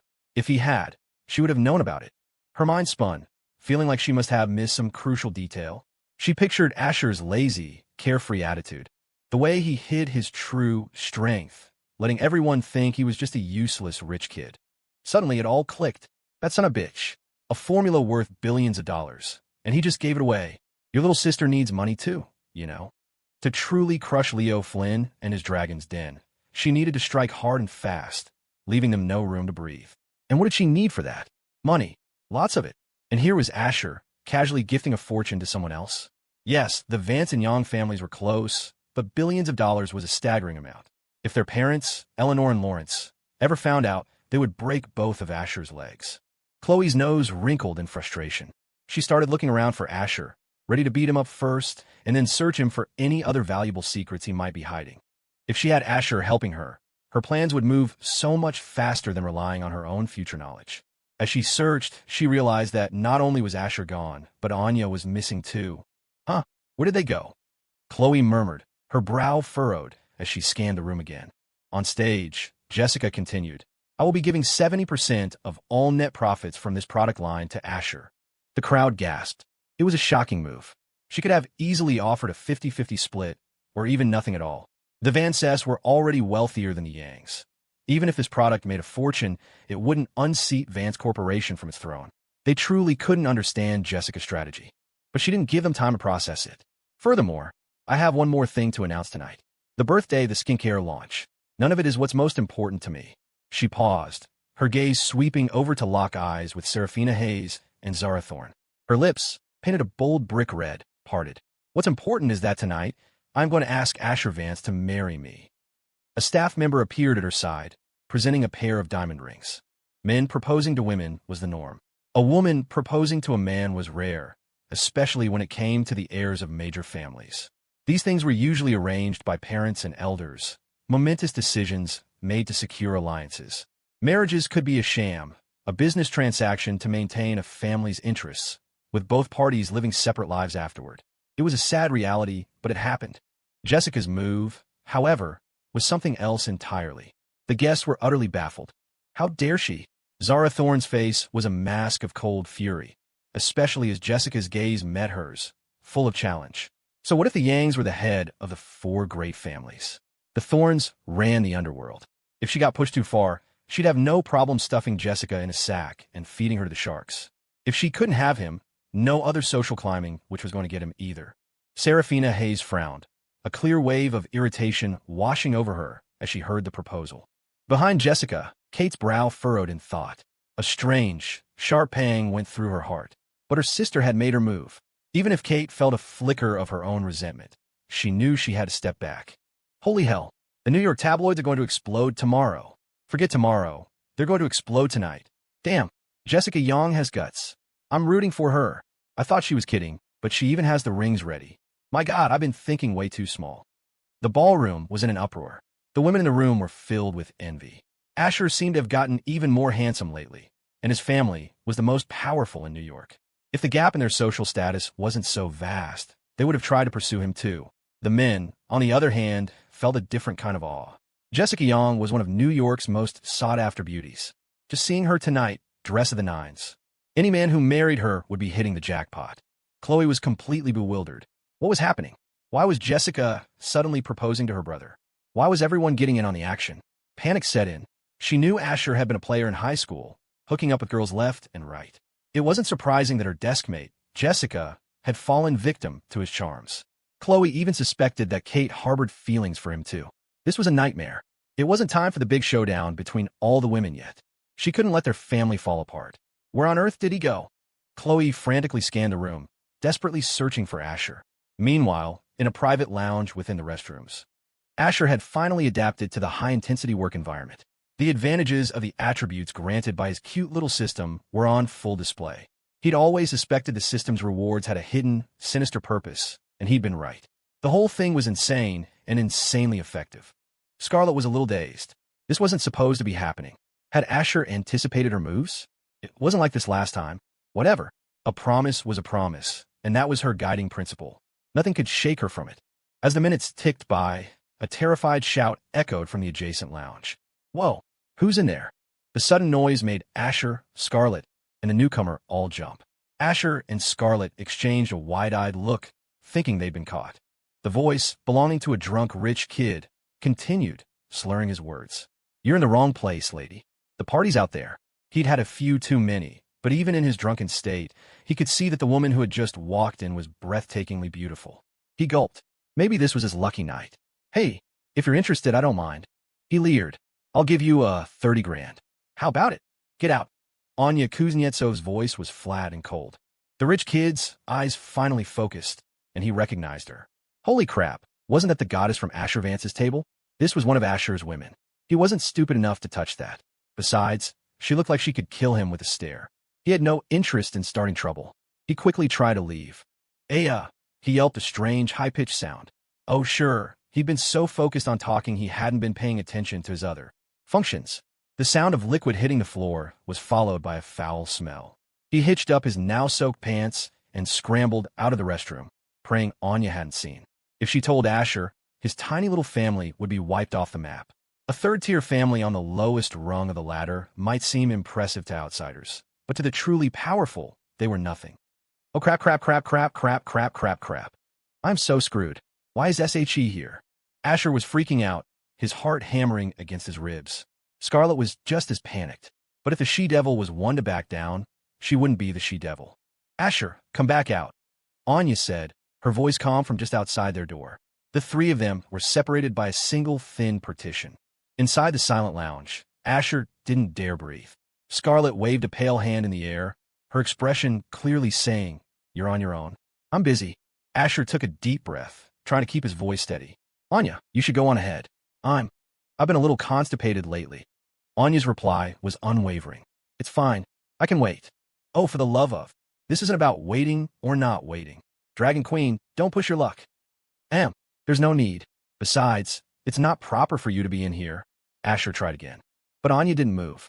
A beautiful smirk played on Scarlet's lips. Why wasn't Anya coming in? It could only mean one thing. Anya tacitly approved of what she was doing. It was a good thing it was Anya who came looking for him. Anya was straightforward, almost single-minded. If Chloe or one of the others had found them, Scarlet would have died of social embarrassment on the spot. Asher, of course, had no idea what Scarlet was thinking. What? You think the Dragon Queen is single-minded? Ask her to carry out an assassination and see what happens. The target would be dead before they even knew what hit them. She's just not cut out for mundane, everyday life. At this point, Asher was out of options. Sigh, might as well take the plunge. He'd deal with the consequences later. An unknown amount of time passed. A few more people wandered in, only to be scared off by Anya's imposing presence. It was giving Asher a headache. Finally, the world went quiet. Anya, what are you doing in here? A curious, high-pitched voice chimed in. The sound hit Asher and Scarlet like a bolt of lightning. They froze, completely unprepared. Any word Scarlet might have said died in her throat. They stared at each other, eyes wide with terror, not daring to make sound. Asher and Scarlet felt like they were strapped to a roller coaster plunging into a volcano. Beads of sweat formed on their foreheads. This was bad. This was beyond bad. This was a nightmare. Asher felt like this was a fate worse than death. He would rather take a bullet than be seen like this by Chloe. Normally, it wouldn't be a big deal. They were fiancés, after all, but they weren't married yet, and there was just something weird about it. To put it simply, in his mind, Chloe was still a kid. This was adult stuff, and he was afraid she couldn't handle it. The bottom line was this was going to be awkward. Awkward enough to make his skull fly off. Scarlet's face, once flushed, was now pale with panic.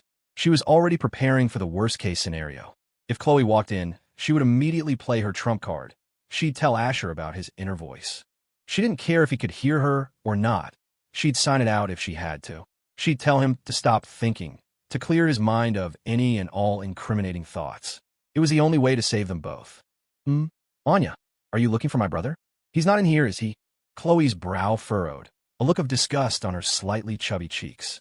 She took a step inside on her short legs. Asher and Scarlet were on the verge of a complete meltdown. This was it. There was no escape.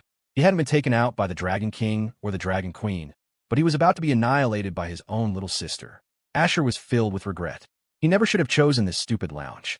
He should have just booked a suite. His family was the richest in the country. They could afford a hotel room, for God's sake. This was ridiculous. In a moment of desperate inspiration, Asher pressed a finger to his lips, signaling Scarlet to be quiet. But the she-devil knew it was pointless. Asher, however, was blissfully unaware. Their hearts pounded in unison. Asher's not here. Anya's voice cut through the tension. She walked toward Chloe. Asher and Scarlet exchanged a look of disbelief. Asher was the most shocked of all. Anya ne valit. Today, the sun must have risen in the west. The Dragon Queen was lying for him. It was unbelievable. Oh, Chloe's brow knitted together. She glanced curiously at the spot where Anya had been standing, her gaze lingering for a few seconds before she looked away. Well, then let's get out of here. Anya, she said, her voice filled with disdain. It's so gross in here. I don't want to stay another second. Anya nodded, and the two of them left. Like Asher, Chloe knew Anya's personality well, perhaps even better than he did. Asher's knowledge was based on what he'd read in the novel, and in his past life, he'd barely interacted with her. She was quiet, and he was just trying to get through the plot. They were acquaintances, but might as well have been strangers. Once he was sure they were gone, Asher peeked out to check the coast was clear, then signaled for the she-devil. Together, they fled the scene of the crime. It had been a close call, a stark warning for Asher. In the future, he would have to have a serious talk with the she-devil. No more tricks, no more surprise attacks. He was an old comrade, completely defenseless, and she just shows up with candy, ambushing him in his own world, in the damn song of his life. Ahem. Basically, she needed to stop trying to test a cadre like this. Who could withstand such a trial? The she-devil seemed to be in a great mood, grinning at him playfully. It sent a shiver down Asher's spine. He picked up his pace. God, she was fearless. The Vance siblings were officially terrified. They walked back in the ballroom, one after the other. The moment they entered, the lively, cheerful atmosphere of the hall died. A sudden, dead silence fell. Hundreds of pairs of eyes swiveled in their direction, all focused on them. Asher froze. Don't look at me, people. Ladies, gentlemen, and assorted gossips. If I made my move, the Dragon King would be dead, but the root cause of all this drama isn't me.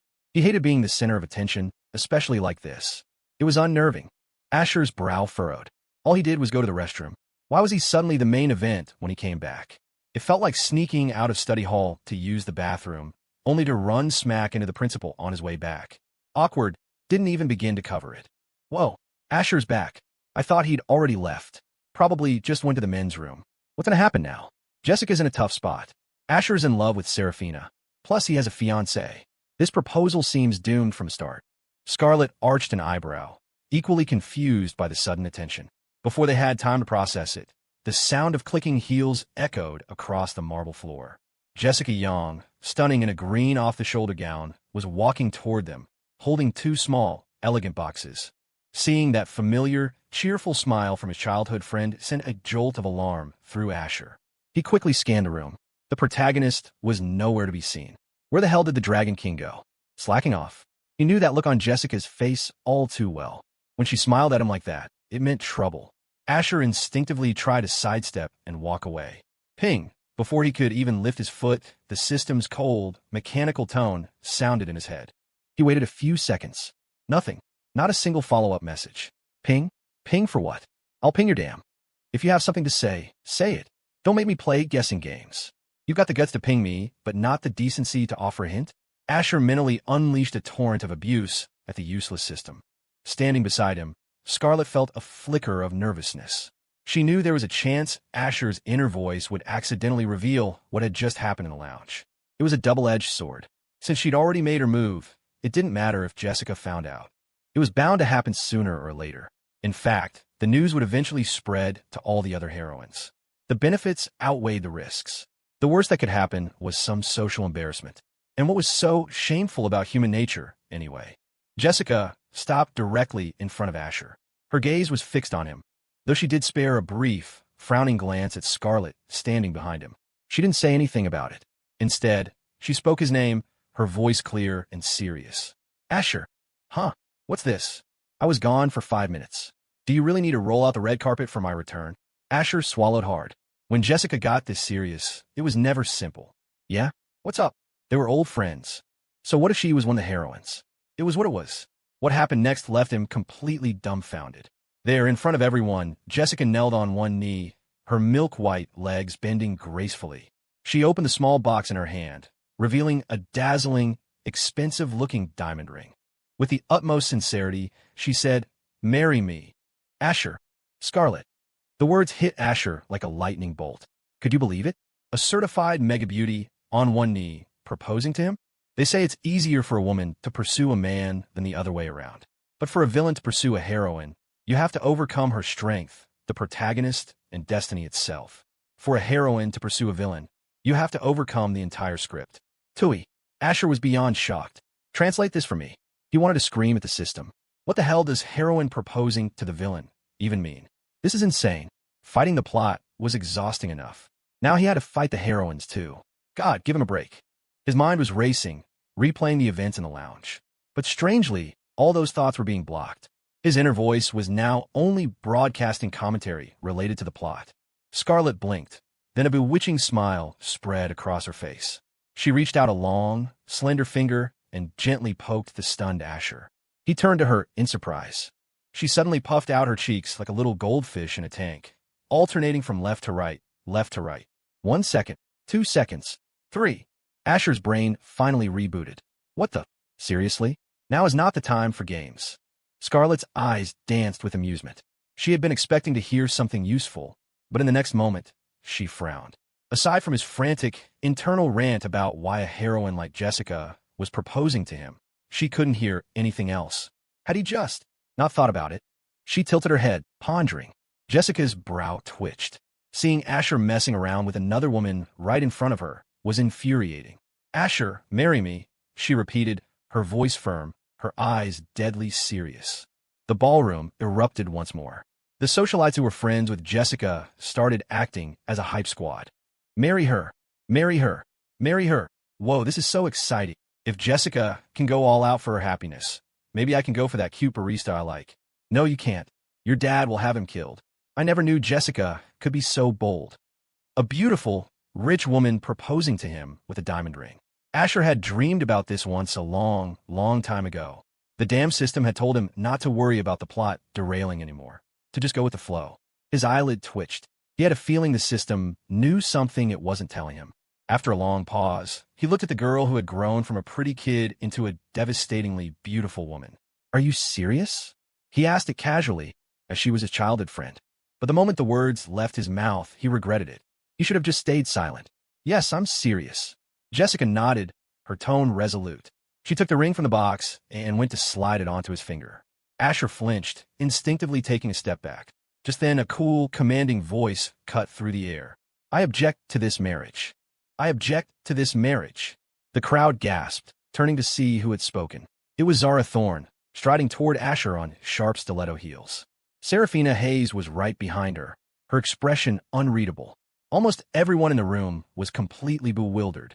That was Zara Thorne, the heiress to the Thorne family, one of the 4 great families. They could understand Jessica pursuing Asher. Some of them had been classmates and knew they were childhood friends. But what was Zara's motive for objecting? It made no sense. A wild thought began to form in their minds. What are you talking about? They're a perfect match. Who are you to object? A voice blurted out from the crowd.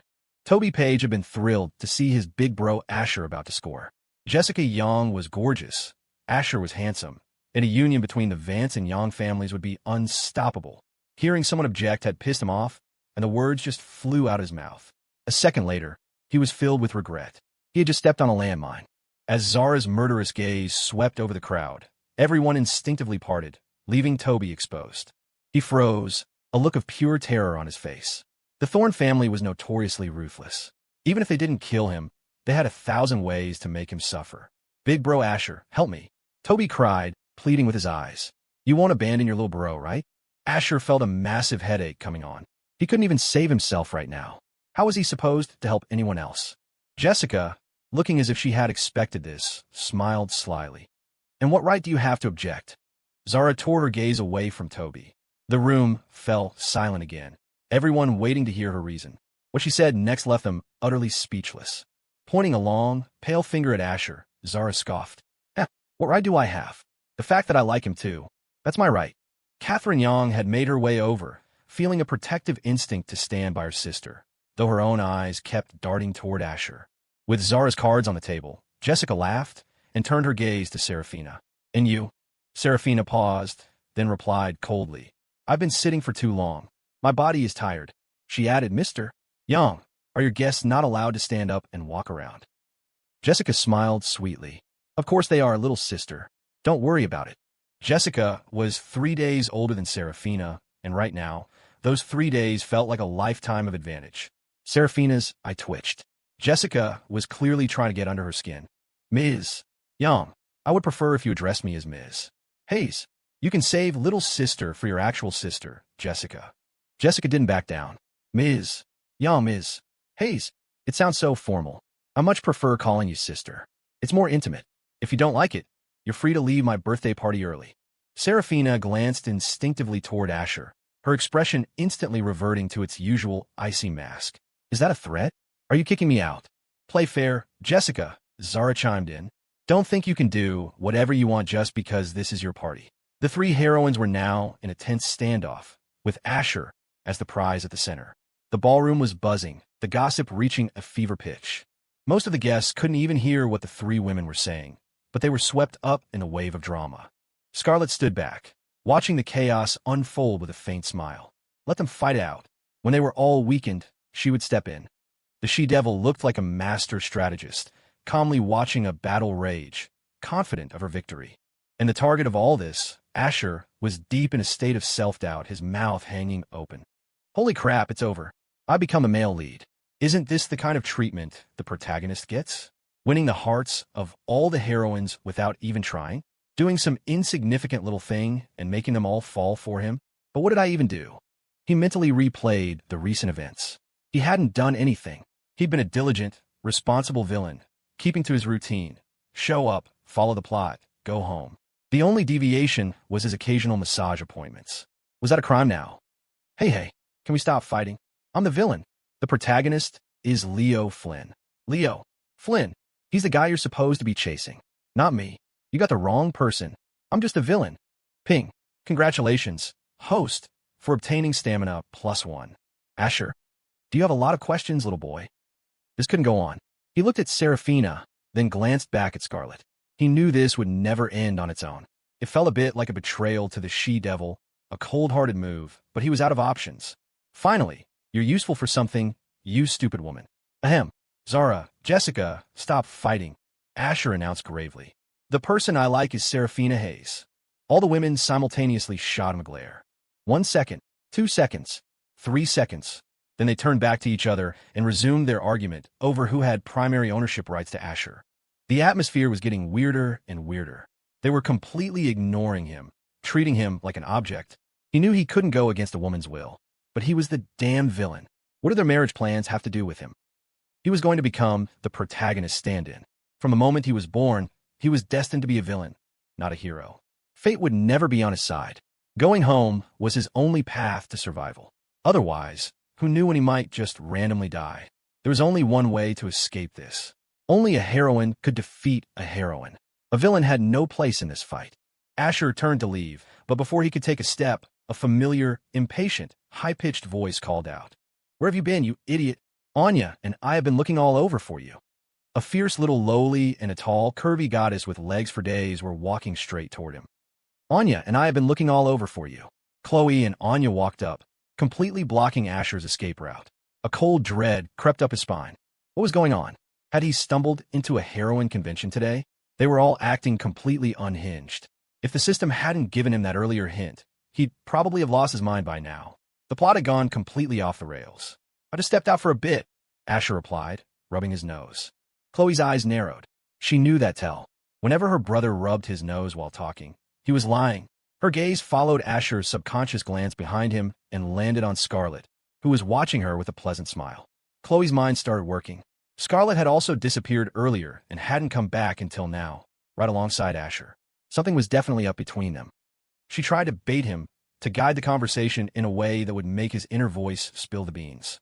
But no matter what she tried, it was useless. She couldn't hear anything incriminating. Instead, all she got was a running commentary about the protagonist Leo Flynn, the screwed-up script, and how all the heroines had gone crazy. Zara moved to Asher's left side and smoothly linked her arm with his. I said he's mine, so he's mine. Oh, really? Jessica laughed, moving to his other side and taking his other arm. The two women glared at each other, neither willing to back down. Chloe's mind was reeling. Damn it, Jessica is already making a move. She couldn't reveal her own feelings yet. Dealing with Leo Flynn was the priority. If it came down to a fight she couldn't win, she'd just ask Asher what colored duffel bag he preferred, then kidnap him and take him overseas. The world was a big place. They'd never find him. She might not have a big butt, but she had a cute little one. Enough. Aren't you going to ask my opinion? Asher said, his face dark, his tone perfectly calibrated to sound genuinely angry. In reality, what the hell is this? Are you all insane? You all need to go home and have a good, long think about why this plot has derailed so spectacularly. I'm out of here. You people are terrifying. Ping. Congratulations, host, for obtaining plus 5% height for little Asher. Asher's angry expression froze on his face. He was about to lose it. The heroines weren't the crazy ones. He was. This damn system was definitely messing with him, trying to drive him to an early grave. This was beyond absurd. Of course, none of the heroines could hear these particular thoughts. Zara leaned in close, her lips brushing against his ear. Your opinion, she whispered, is irrelevant. Are you kidding me? I'm not even a person? The next moment, Zara formed her hand into the shape of a gun and pressed it against his waist. You just lie back and enjoy it. The rest of us will handle things, and the winner gets to decide what happens to you. You can resist, you can run. But if I catch you, buy you, this. Asher sucked in a sharp breath, looking at his ex-girlfriend with a hint of terror. Had she developed some kind of weird fetish? In middle school, she'd been such a cute, shy girl. How had she turned into this? This Yandere? Who in their right mind would date a Yandere in real life? One wrong move, and you're dead. Then again, the spot where her finger was pressing was suggestive. Maybe she wasn't talking about a real gun, but another kind of gun. The thought was too much for his poor heart to handle. You all want to fight? Go ahead. I have things to do. I'm leaving. Plot progression now only required him to show his face. Since there was no plot to follow at the moment, staying here was just asking for trouble. But Zara and Jessica, like two Imperial guards, held him fast. They had reached a silent consensus. Tonight was the perfect opportunity. There was a thin veil between them and Asher, and if they didn't break through it now, their relationship would never progress. Scarlet and Chloe, the big and little she-devils, stood by and watched, making no move to intervene. The Dragon Queen was also watching quietly. The energy in the ballroom was at an all-time high, surrounded by beautiful women, one on each arm. Wasn't this every man's dream? The other rich kids in the room were green with envy. They needed to get some pointers from Asher on how to pick up women. They thought they were players, but compared to Asher, they were amateurs. They were chasing arm candy. Asher was conquering goddesses. Elsewhere, Lena Ann's interest was piqued. She knew of Asher, but she couldn't comprehend the actions of the heiresses of the Thorn and Yang families. Jessica and Zara were super goddesses, beautiful, rich, and talented. The line of men wanting to date them would stretch from New York to Rome. And now, they were fighting over one man. It was baffling. Cassie licked her red lips, her curiosity ignited. She could tell Asher was one of her own kind. His skills were on par with hers. But he was playing in a different league, seducing universally acknowledged, nation-toppling beauties, not just girls who were considered goddesses by a small group of people. "Looks like I need to get some tips from the boss," Cassie murmured, glancing at Lena Ann. She had a feeling Asher would know how to win her over. It was worth a try. Back in the thick of it, Asher couldn't take it anymore. The damn system kept giving him charm points, and now he was suffering the consequences. Being handsome was a curse. "Anya, take me home." Asher looked at the Dragon Queen, feeling a little embarrassed to ask. But he was out of time. "Okay," Anya nodded. Zara narrowed her eyes. "You want to fight?" In a smooth, powerful motion, Anya swung a roundhouse kick. She was wearing pants, not a dress. Zara raised an elbow to block, a jolt of force traveling up her arm. She knew Anya was strong and instinctively went to retaliate with a kick of her own, but stopped halfway, realizing her dress would expose her. In that brief moment of hesitation, Anya's fist flew towards Zara's face. "Don't hurt her!" Asher's voice rang out. Anya's fist morphed into an open palm, pushing Zara back. The two women were now separated by several feet. Asher breathed a sigh of relief. Thank God the Dragon Queen listened to him. Zara looked at her arm, which was already turning red. Her expression grew serious. "Not bad, but you're not taking him anywhere." Asher wanted to cry. "Zara, please stop. The Dragon Queen will literally kill you. Just be good and calm down." He opened his mouth to say something but felt a tug. Without warning, he was pulled into a soft, warm embrace. It was Anya. To an outsider, it looked like the 6-foot Asher was nestling like a small bird in the 5 feet 7 inches Anya's arms. The scene was utterly ridiculous. "I'm taking him today," Anya said, her voice flat. "I'd like to see anyone try and stop me. I'm taking him today. I'd like to see anyone try and stop me." To say the most badass things in the most deadpan voice. Only the Dragon Queen could pull that off. Asher hadn't been this speechless since. "Well, the last time Anya did something like this. You can make your point without holding me, you know? Does this make you look more intimidating? Or cooler? You're not the type to show off." Anya's body was incredibly warm, like holding a human hot water bottle. Zara's face went dark. "Let him go," she said, her voice dangerously low. "Or I'll beat you until you do." Anya's expression remained placid. She didn't react, didn't let go of Asher. Asher was panicking internally. Zara was strong, but she was no match for the Dragon Queen. Not even close. "Crap. Zara, you're crazy. Get out of the way. Your character build is still in the early game. You're not strong enough to fight the final boss. Move. Now." Seeing Asher being held by another woman, Scarlet just smiled. A hug was nothing. Besides, she owed Anya a favor for what happened in the lounge. This counted as repayment. The most confused person in the room was Chloe. Her big eyes were full of question marks. What the hell? In her past life, it had taken a long time for Anya to develop feelings for Asher. In this life, they hadn't even known each other for a week, and Anya had already fallen? Was this a joke? Chloe felt like all her carefully laid plans were crumbling. With Anya in the mix, the situation was completely uncontrollable. There was almost nothing that could restrain her. She could come and go as she pleased, and her combat skills were off the charts. Even if Chloe and Zara teamed up now, or even in the future when they were at their peak, they still wouldn't be a match for Anya. It was a complete power gap. Anya had been training as an assassin since childhood. A few ancient martial arts disciplines learned over a few years couldn't close that distance. "Bastard." Zara glared at Anya, about to make a move. Seeing two heroines about to fight over him, a villain, again, Asher had had enough.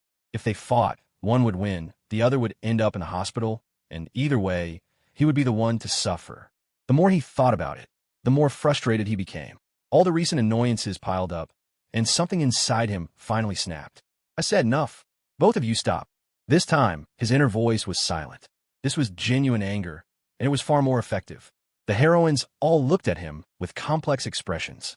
Zara, in particular, looked like a little girl who had been caught doing something wrong, her eyes pleading. Anya released him. Asher took a deep breath and, without another word, turned and walked away. He couldn't afford to show any softness. His mind was a mess. Why had Zara started liking him? It couldn't have been from middle school, could it? That didn't make sense. Heroines weren't that easy to win over. They had their own standards, their own high expectations. He figured his success in middle school was just a fluke, taking advantage of her before she had fully matured. He'd forgotten all the details of their relationship years ago. There was no reason for her to still be hung up on him. He walked away, lost in thought. The women watched him go, none of them willing to chase after him while he was in such a foul mood. Except for the Dragon Queen. After a few minutes of silence, Jessica blinked, breaking the tension with a mischievous smile. So, should we all have a little chat?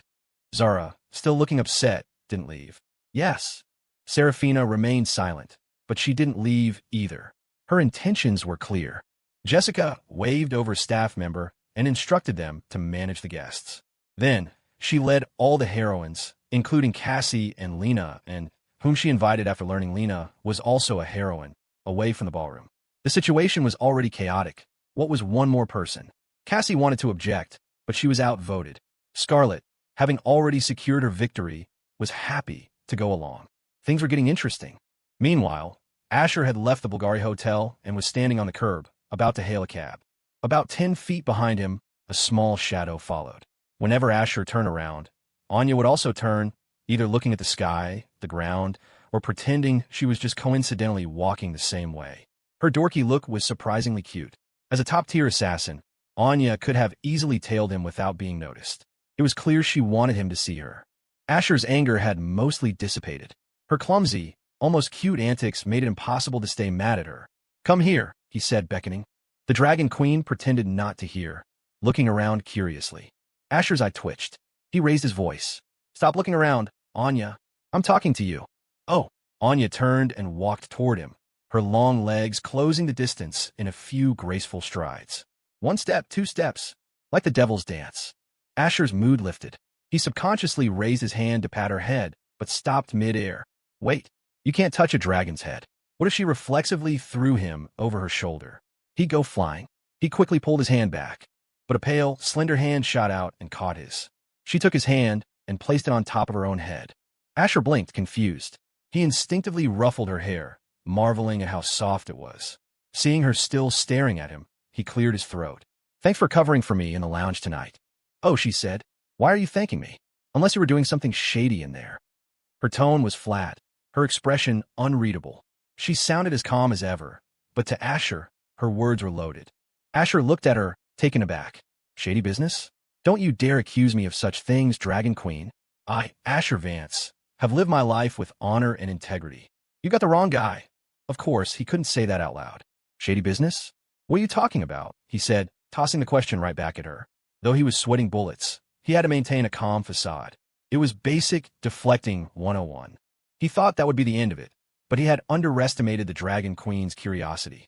Her beautiful face moved closer and closer, until he could feel her warm breath on his skin.